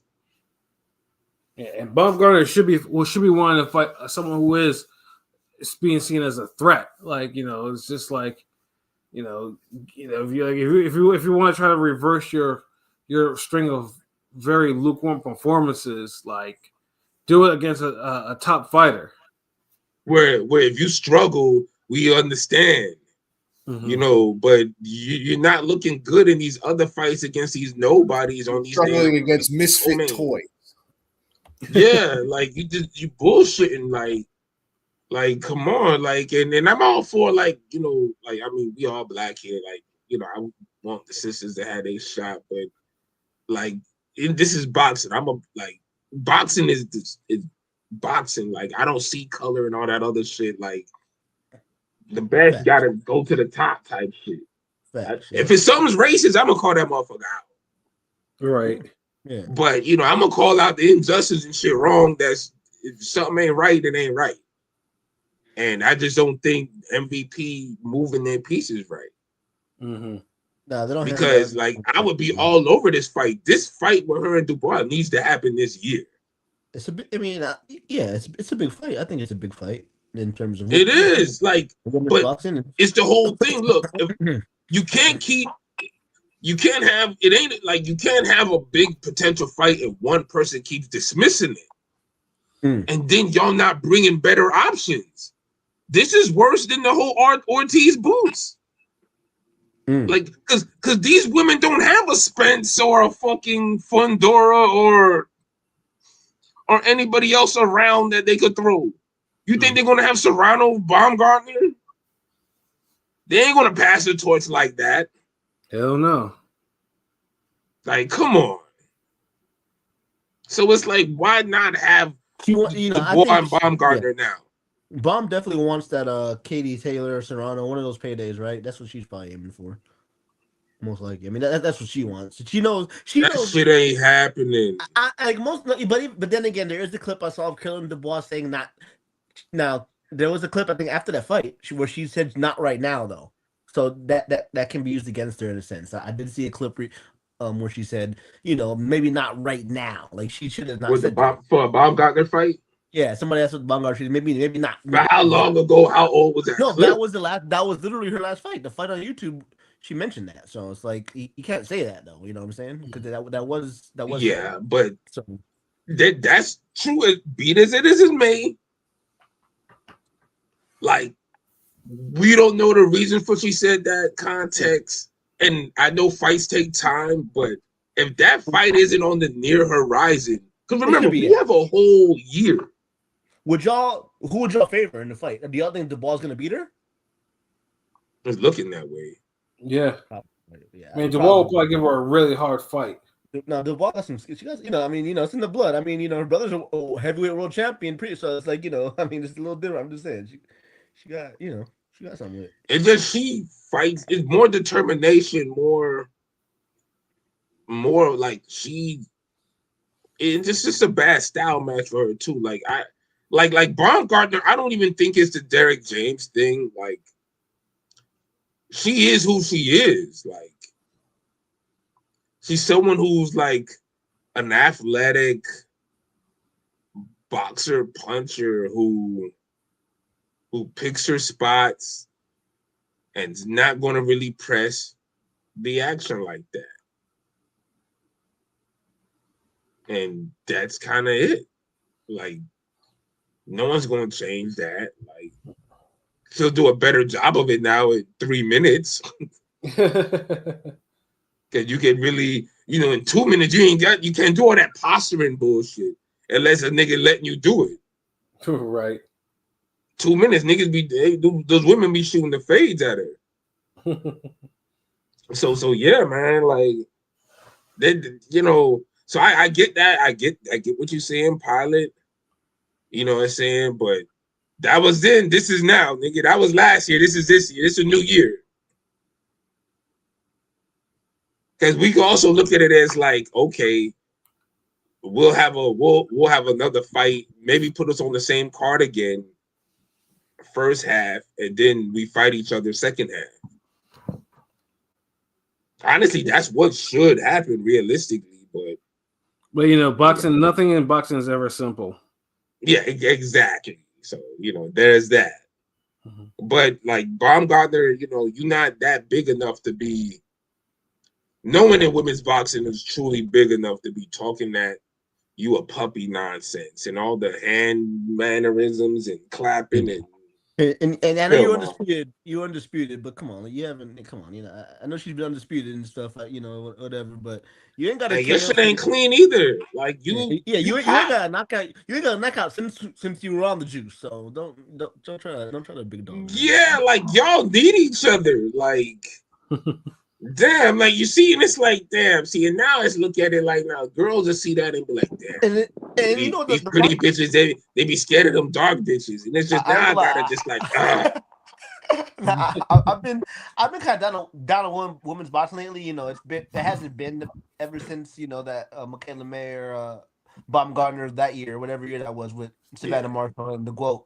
But Mayer's been doing her part since then. I know. Mayer's been doing her thing, but I'm just saying this, it hasn't been the same. You know, be honest. But I will say, like Baumgartner versus Dubois, it sounds like a fun. That fight can't be boring. I don't think it sounds like a good fight. It looks like it would be a good fight to me to watch. Well, look, since the Mayer Baumgartner fight happened, anything's possible. This fight could very well be boring, but God damn it, let us find out. Let us find out. Because on paper, like, it's one of the most because the play up, the promo itself might make up for it. Because I'm sure you get a camera in both of them broads' face, they're gonna be running their traps. Oh yeah. They're flapping their guns. And that's what the sport needs. Like, you know, don't get into this whole UFC thing. Like, sell the sport to the younger generation and show them that, look, we could make stars. Like, we just talked about how the UFC people go in there for the lifestyle to get introduced to the culture and be a fan, but nobody goes in there thinking they're going to be a star. Right. And you want women's boxing. I don't want to fall into that where no girl grows up or no woman thinks that, you know, I can't be a star. You know, I can't get rich. I can't be a star, like, in boxing. Like, you know, you need to see more than just one person. Like, damn, like, it can't just, Shields can't be the only notable person that niggas know. Exactly. Like, y'all all got to do y'all part as ambassadors and representatives. So, you know, that's like with the Kay Scott being, you know, being the ambassador for her area in Australia. Like, like this shit's bigger than you. Like, like you literally could be the first woman in the city, the be pro boxer type shit. Like you don't know. Like, this shit's worldwide. Like, this shit's bigger than you. So like. Like, make the fucking fights, because if you don't, like, somebody else gonna take your shine. Like, Mayer supposed to be coming the MVP, ain't it? I mean, we don't know. I mean, I haven't heard any rumblings about that. I mean, but like I said, she's the only one signed to top. She only signed the top. I heard her shit like one fight left or something. Like, she looking up at MVP. And I wouldn't blame her. Yeah, because she's like her and Shields are outliers, but Shields at least has a TV deal with Salida. You know, like her fights will get televised. Mayer is like, okay, yeah, no, I mean, I have Tubi, but it's like she's kind of like there's like no other women fighter, like, you know, no other woman. And then they're not putting no machine promotion behind her either. Right. And she's the one having all the top fights. So that's an example of, in the ring she wins and she gets the motion, but outside the ring there's really no motion. Like, So yeah, it's like you gotta have both. Like if you're gonna succeed in women's boxing, and Baumgartner and Dubois, they got a chance to do both. Like, cause they could talk the talk on the outside and like fight. Cause like y'all not getting these Serrano Taylor. They too old. They like damn. And that's old women fighting old women. Y'all too young women. Y'all fight each other. Damn. Facts. Like come on, man. God damn. But yeah, man. Let's like what else? This is the power, right? Yeah, Power's the last thing. 'Cause obviously, the finale just finished and everything like that. So, Power Force season 3 concluded. So, Pilot, I'll let you start off, man. What was the good in this season?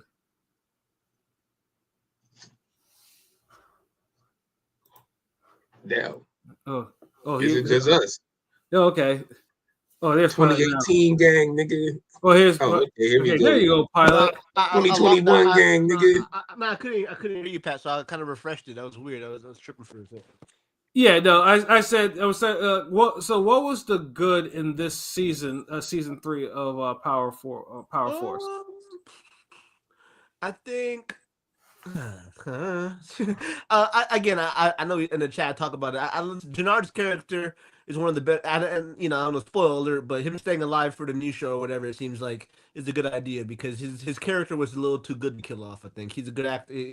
Fake killer can't do the job, and so I think maybe in terms of. I don't know, but in terms of the story, I don't know because it's all over the place to me. I don't. I mean, there's some good episodes and shit. You know what I mean? But yeah, I think like just the whole situation with Jannard and CBI situation. I guess I don't know. What about y'all? What about y'all in terms of the good? Yeah, the acting. Jannard, nigga, Junkie Jannard, nigga. Junkie Jannard. Yeah, I'd say though the acting was. I mean, I would say Jannard and old boy brought the acting. Like, I mean, they showed some real strong. And Tommy's a good actor. I won't lie. Tommy is captivating. He's a good enough actor, right? Tommy. Yeah, Tommy. At least you can tell Tommy has charisma, and his character. Because honestly, I mean, who would have known that his character would be able to carry a show like that? But is it me? I can't take the Mexican the brother-in-law serious as a head. I can't either. Yeah, D-Mac, I love his role. D-Mac was carrying the show for a bit. Him and Jannard until Jannard just took over. Yeah, until Jannard. D-Mac was actually kind of taking over a little bit. Yeah, Jannard kind of. Yeah, because D-Mac was like, he started off the season kind of taking over the show. Like, low-key, I was like, damn, okay, good. And then Jannard was right there. And then it just, at one point, Jannard, and then Diamond was there too, because Diamond had his parts too. But yeah, Diamond turned into a Jannard really did it. I mean, turned like a drunken shit, you know what I mean? Like, he was like, yeah. Like, they honestly, the top 3 of the season, like, Jannard, D-Mac, and Diamond. Like, and everybody else had moments. Like, Tommy's Tommy, the Vic had moments, because when Vic went off on Stacy that one time when he was like, shut the fuck up and do your fucking job. And I was like, God damn, like Shanti, I know you say you don't like Shanti much, but she's good in her role. She looks sexy. She looks pretty too. She's pretty. You know what I'm saying? Yeah, no, I enjoy the fuck out of here. All this bitch does is look mean. She does not fit that part worth a goddamn. She survived, right? Didn't somebody save her? D-Mac. Yeah. D-Mac got her back. Yeah, D-Mac. No, I think remember she's in the damn scene where she's like the boss. No, she saved D-Mac. I think in the she pulled D-Mac away. I think D-Mac got her back this week, if I'm not mistaken. Yeah, on some power of friendship shit. Yeah.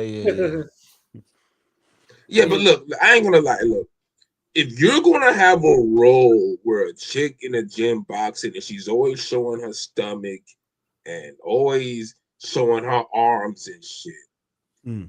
Get a broad that's athletic, or at least put them on some type of training regimen or program so they actually look like they box and train. You got this lady looking angry all over the city, and she don't look like she ever threw a punch in her life. Even when she trained and do her little bullshit shadow boxing, it looks like she never boxed in her life. And it's like, it's little shit like that. It sounds like it's little, but when you parading that shit around for 3 seasons, it's annoying, and it's just like, come the fuck on. I mean, she had her moment when she beat up old girl in the strip club locker room or whatever. I was like, Yeah, damn, that was.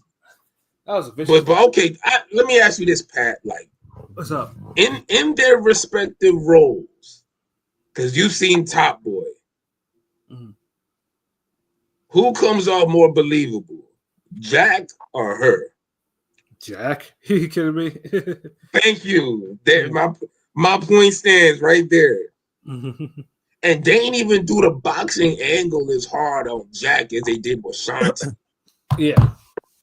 Like, you knew Jack boxing, she bust her gun and she street shit, but and played the role better character, all of that shit, just more believable, everything. Shanti, and that's why, like, when we judge these characters, we watch enough shows and TVs where we could say this shit. Mhm. Some of y'all say shit and y'all can't draw no comparison. We can, nigga. So that's why I'm not just saying this shit to hate on her. She could sing. She got a talented voice. I mean, Her it's acting ain't bad.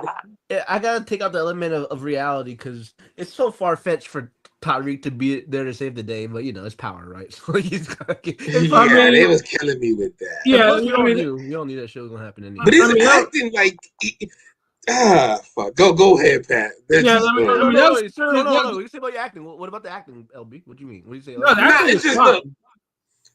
when I say acting, it's not really Tariq's acting, but it's the cinematography, it's the direction, how they do the show.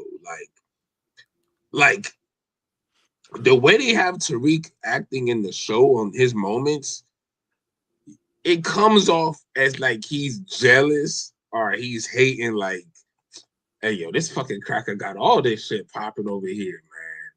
And I'm up here running from these African niggas, and took me so long to get my shit popping. And look, this nigga, he just had one little shootout, and look, I just show up and he running, like, look, he running this, that.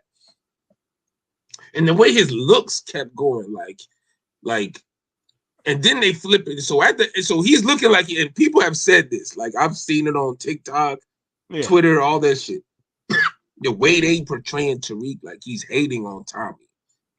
Mm-hmm. But what they really was trying to portray was he was peeping the game, like he was looking like he was admiring. It was weird because the conversation with him and D-Mac, I thought he was gonna blast D-Mac in the head. Pause for a sec. The way D-Mac was talking, and the way Tariq was looking, and then at the end, but you get what I'm saying, right? Like, yeah. So it's like D-Mac. Y'all had a whole, like, y'all had the energy so off to have that completely different vibe that y'all wanted, and it's like, what the fuck, like. Yeah, like the biggest thing, the writing was all over the place this season. Like, it was just like, that's power though. That's the power universe. That's power. Yeah, but so that's the thing that bothered me with Tariq. Like the whole, they couldn't accurately portray that. Like instead of having him looking like, oh shit, like, okay, like, yeah, so them niggas making moves.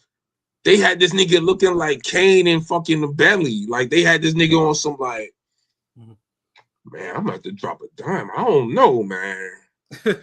I need to be hating over these niggas. Like, damn, I don't fuck with, like, and that's the, so when you had a nigga looking like that, you thinking he's gonna, like, you thinking it's gonna be something else entirely. Then these niggas is on the building, like, yeah, man, how about you go back to New York, you know, the place that you're banned from, that niggas think you're dead, like.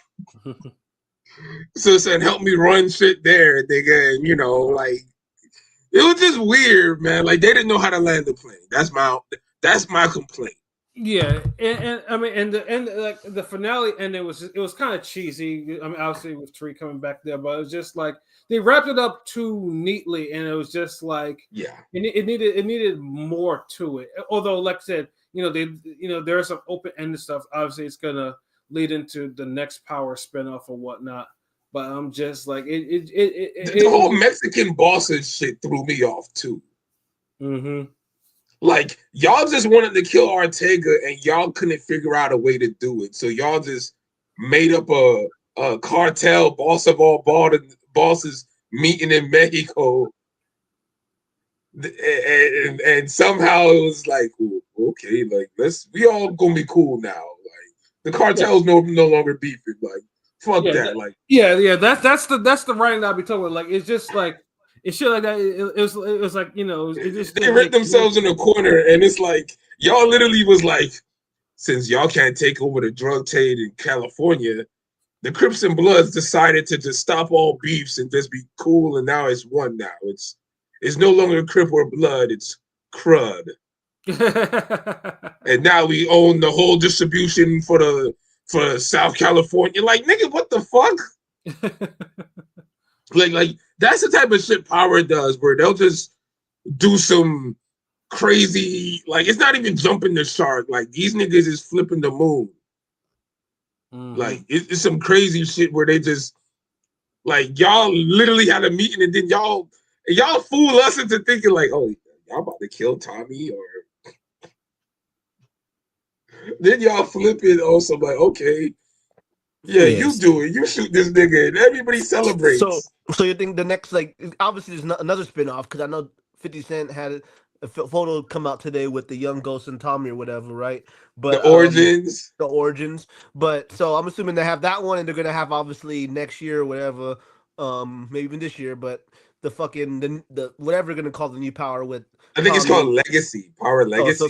So it's gonna be Tommy Tariq. It's gonna be a new co-op with Tommy Tariq, the Mexican dude, or the Mexican dude, Shanti, D-Mac, and and then it's gonna be, there'll be some new shit going on, but obviously it's gonna be Vic and Jannard on a little side quest type shit, probably, right? That's probably what right. It's gonna be. I mean, we're too entrenched. I think it's shitty because I'm too entrenched to stop. I hate these shows that have niggas be doing drugs and shit, but it's like we'll watch because we're like OG grandfather Claus fans. I was really working at because Comcast had to deal with Showtime or whatever, so I was working at Comcast when they fucking were getting this, like we had the ads for it talking about the Power Show before it even dropped. So I was like, what's this show? Tom St. Patrick, right? And I was like, okay. And now look at it. Now the show's fucking, it's been lasting longer than I thought it was gonna last. When I saw the little flyer for that, I was like, I don't know if the show's gonna last. You know what I'm saying? When I read the story, club owner turned drug. But yeah, I think 50 needs to start diversifying his shows again, like because it's getting to the point. Like I mean, obviously people are gonna watch it because, like I said, like LB said, you're just.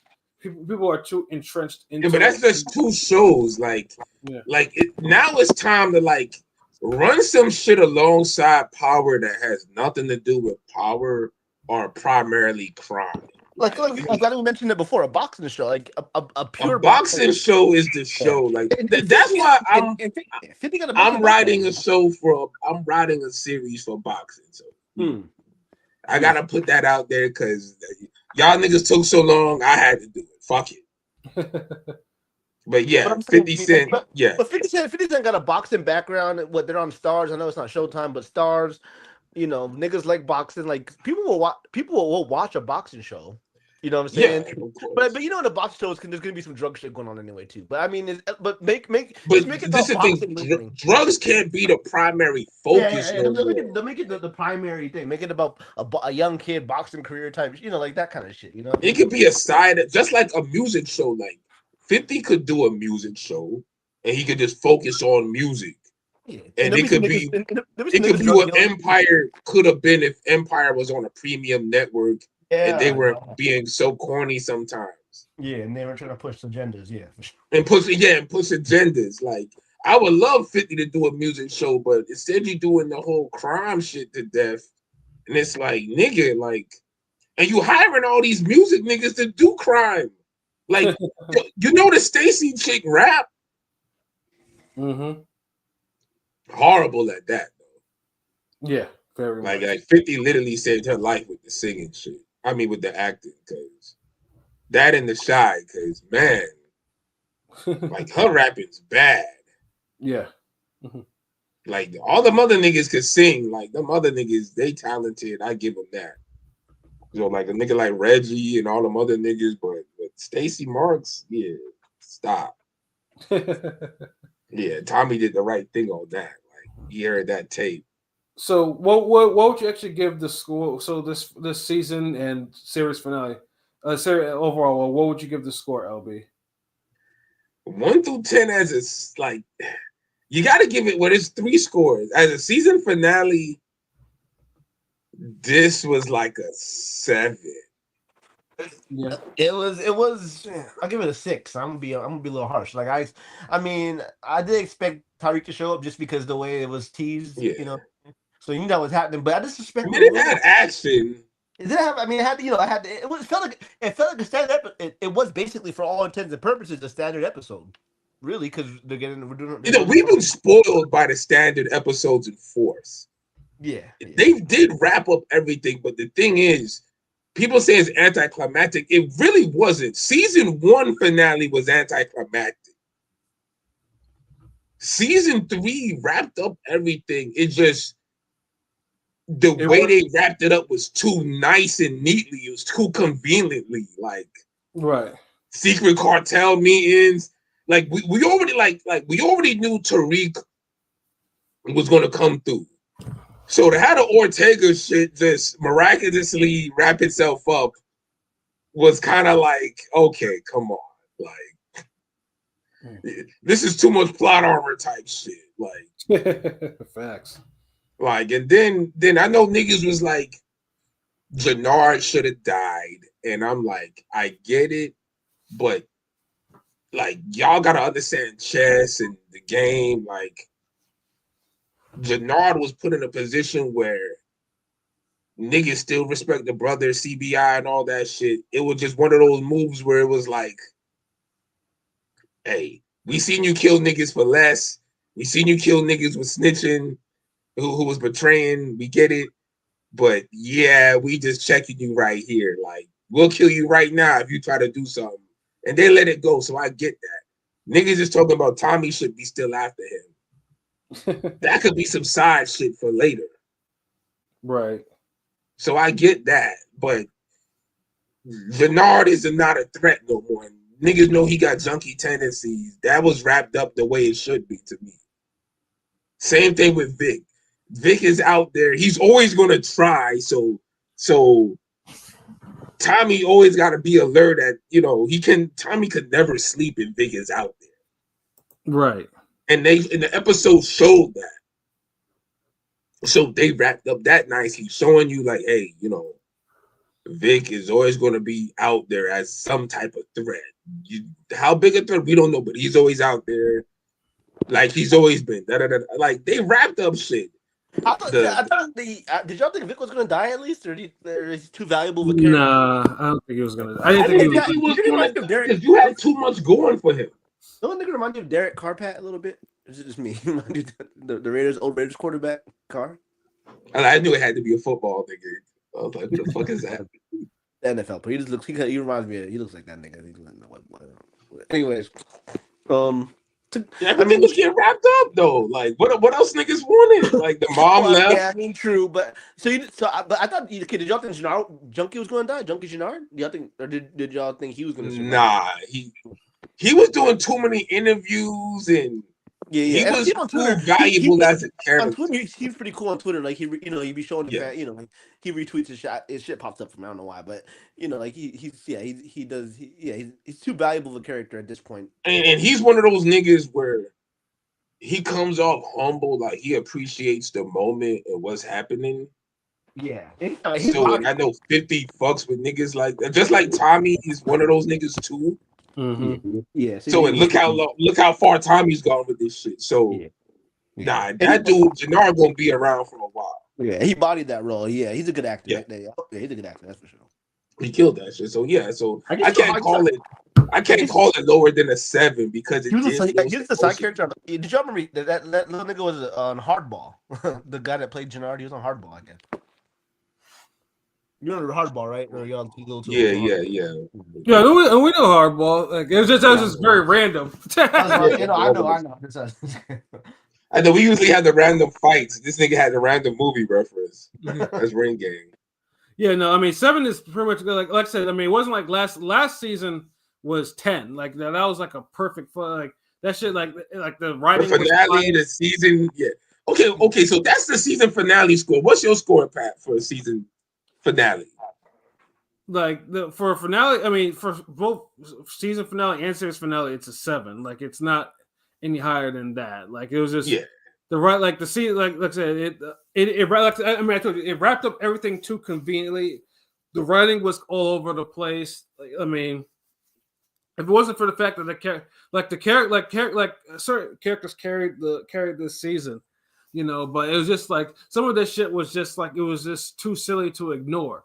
You know, the just bottled water shit. Like, yeah, it was a lot of shit like that. The fucking when Shanti came back to meet with Jannard, niggas would have been pistol whipping her in real life. Facts, like there's like that shit was just too clean. Just but I was a little surprised when that nigga that was playing both sides got popped. Pause. I didn't expect that. The dude that that nigga he had to die. Yeah.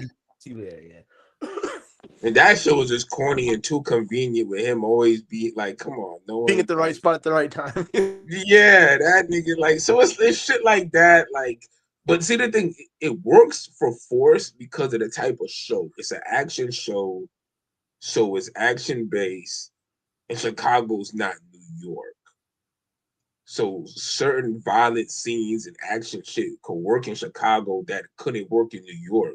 So when they was doing drive-bys with, you know, and Tariq with Ghost and shit, it just didn't fucking hit because we're like, no way, you're shooting up this 5-star restaurant at fucking 1 o'clock in the afternoon, like, and getting away, nigga, like, like that shit ain't happening. So certain shit you could. That's how Force worked, where the other shows couldn't work like that. So that also helped Force. That was in Force's favor. But as a series, I'm gonna give it an 8 because out of 3 seasons, it had 2 enjoyable, good seasons out of 3. Nah, I knew some original Power guys too that after the first season stopped watching it, for whatever reason. Maybe they just don't like white boys. Yeah, but, they fucking missed out. Yeah, they missed out. But you know, you can't. I'm not gonna. I can't frame them though, because season 1 was really like bad. A 5. The finale was a 5. It was like it was so mid.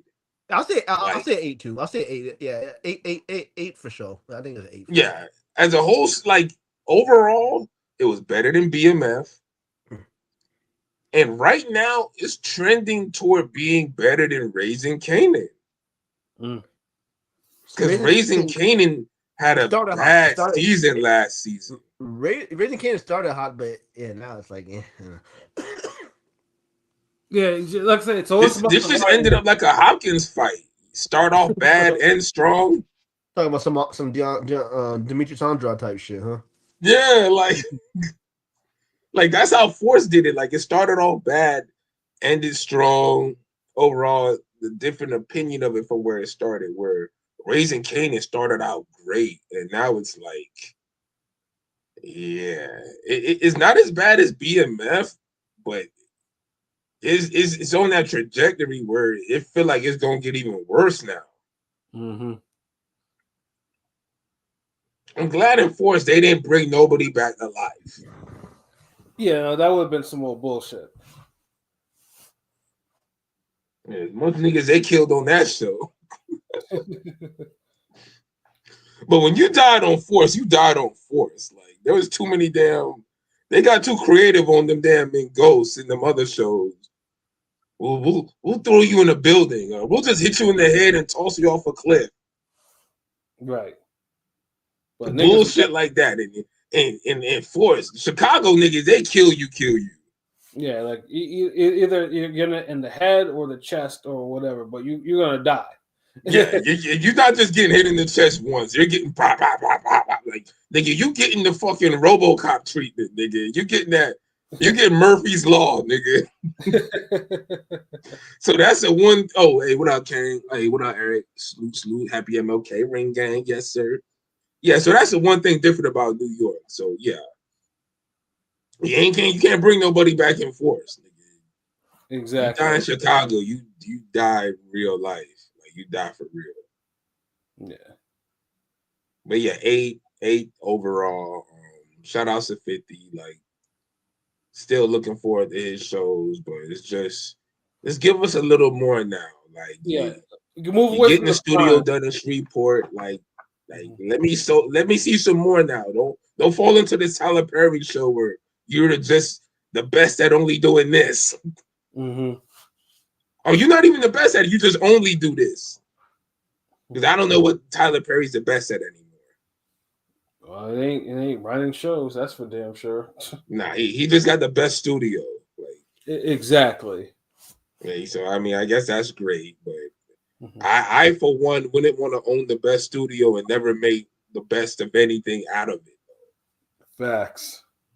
That's like being a damn you being the breadwinner. You make 8 figures, 7 figures, 6, whatever the fuck figures, and your wife got a brand new like nice kitchen and that bitch can't cook for shit. I know niggas is like, well, damn, why you ain't hiring no chefs? And fuck that, I'm making all this money. That bitch can cook. So yeah, man. Like that's all I'm saying, man. But yeah, like shout out to Forrest. I enjoyed it. I know y'all niggas enjoyed it. Yeah. But yeah, I mean, obviously we'll see, what other movies and stuff come down the line, because I know we need to do some more TV and movie reviews and stuff like that. We need as we can fit them in though. But yeah, you seen Primate, right? I have not. No, I haven't started it yet. Hold on, wait. You ain't seen what's Primate? Wait. You talking about the movie or you talking about the cartoon? I said Primate. Oh, you did see the movie. That's something recent I gotta see that you said was good. Did you see 28 weeks? 28. No, I didn't get a chance to go see Bone Temple this weekend. Bone Temple. Oh, okay. Damn. All right. I saw Primate, not Primal, Primate. Yeah.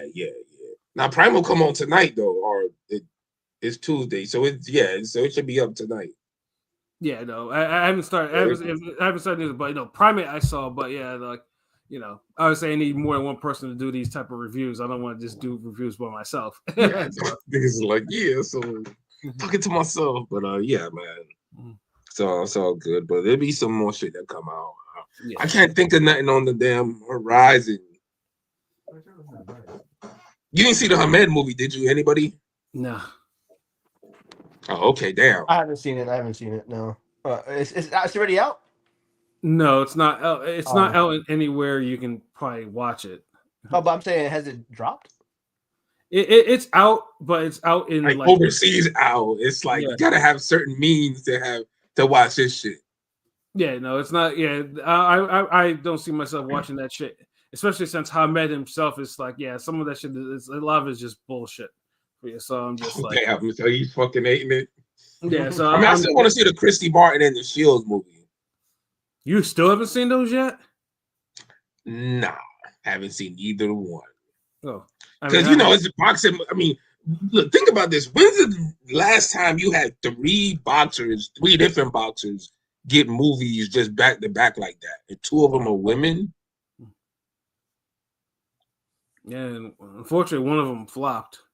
I think. Yeah, but just the fact that they're getting made and with like credible actresses and shit, like, so there's growth. I do see the growth and shit, but we ain't there all the way yet. No, we are not. Still got a way to go. And Baumgartner, Carolina Dubois is one of the reasons why we still got a long way to go and why we still need to keep going. So just absolutely make the fights. But yeah, man, good show, y'all. Yeah, no, I need to get ready to go to bed because I got a busy day later. So, but yeah, good show, everyone. And like I said, we'll probably hopefully we'll be back probably maybe Wednesday or Thursday to do a music battle, and then we have an interview. Hopefully, we just scheduled for next week too. So like we got some shit in the pipeline and everything like that. So as always, stay tuned. But yeah, so for myself, Pat Scorpio doing a representative, for LB Sharif, the God, the GOAT artist, for King P. Bodega Band, for Conscious Pilot, this has been another wonderful episode of Real Talk, where as always, if shit's real, we talk about it. So until next time, Peace. Ring gang, nigga.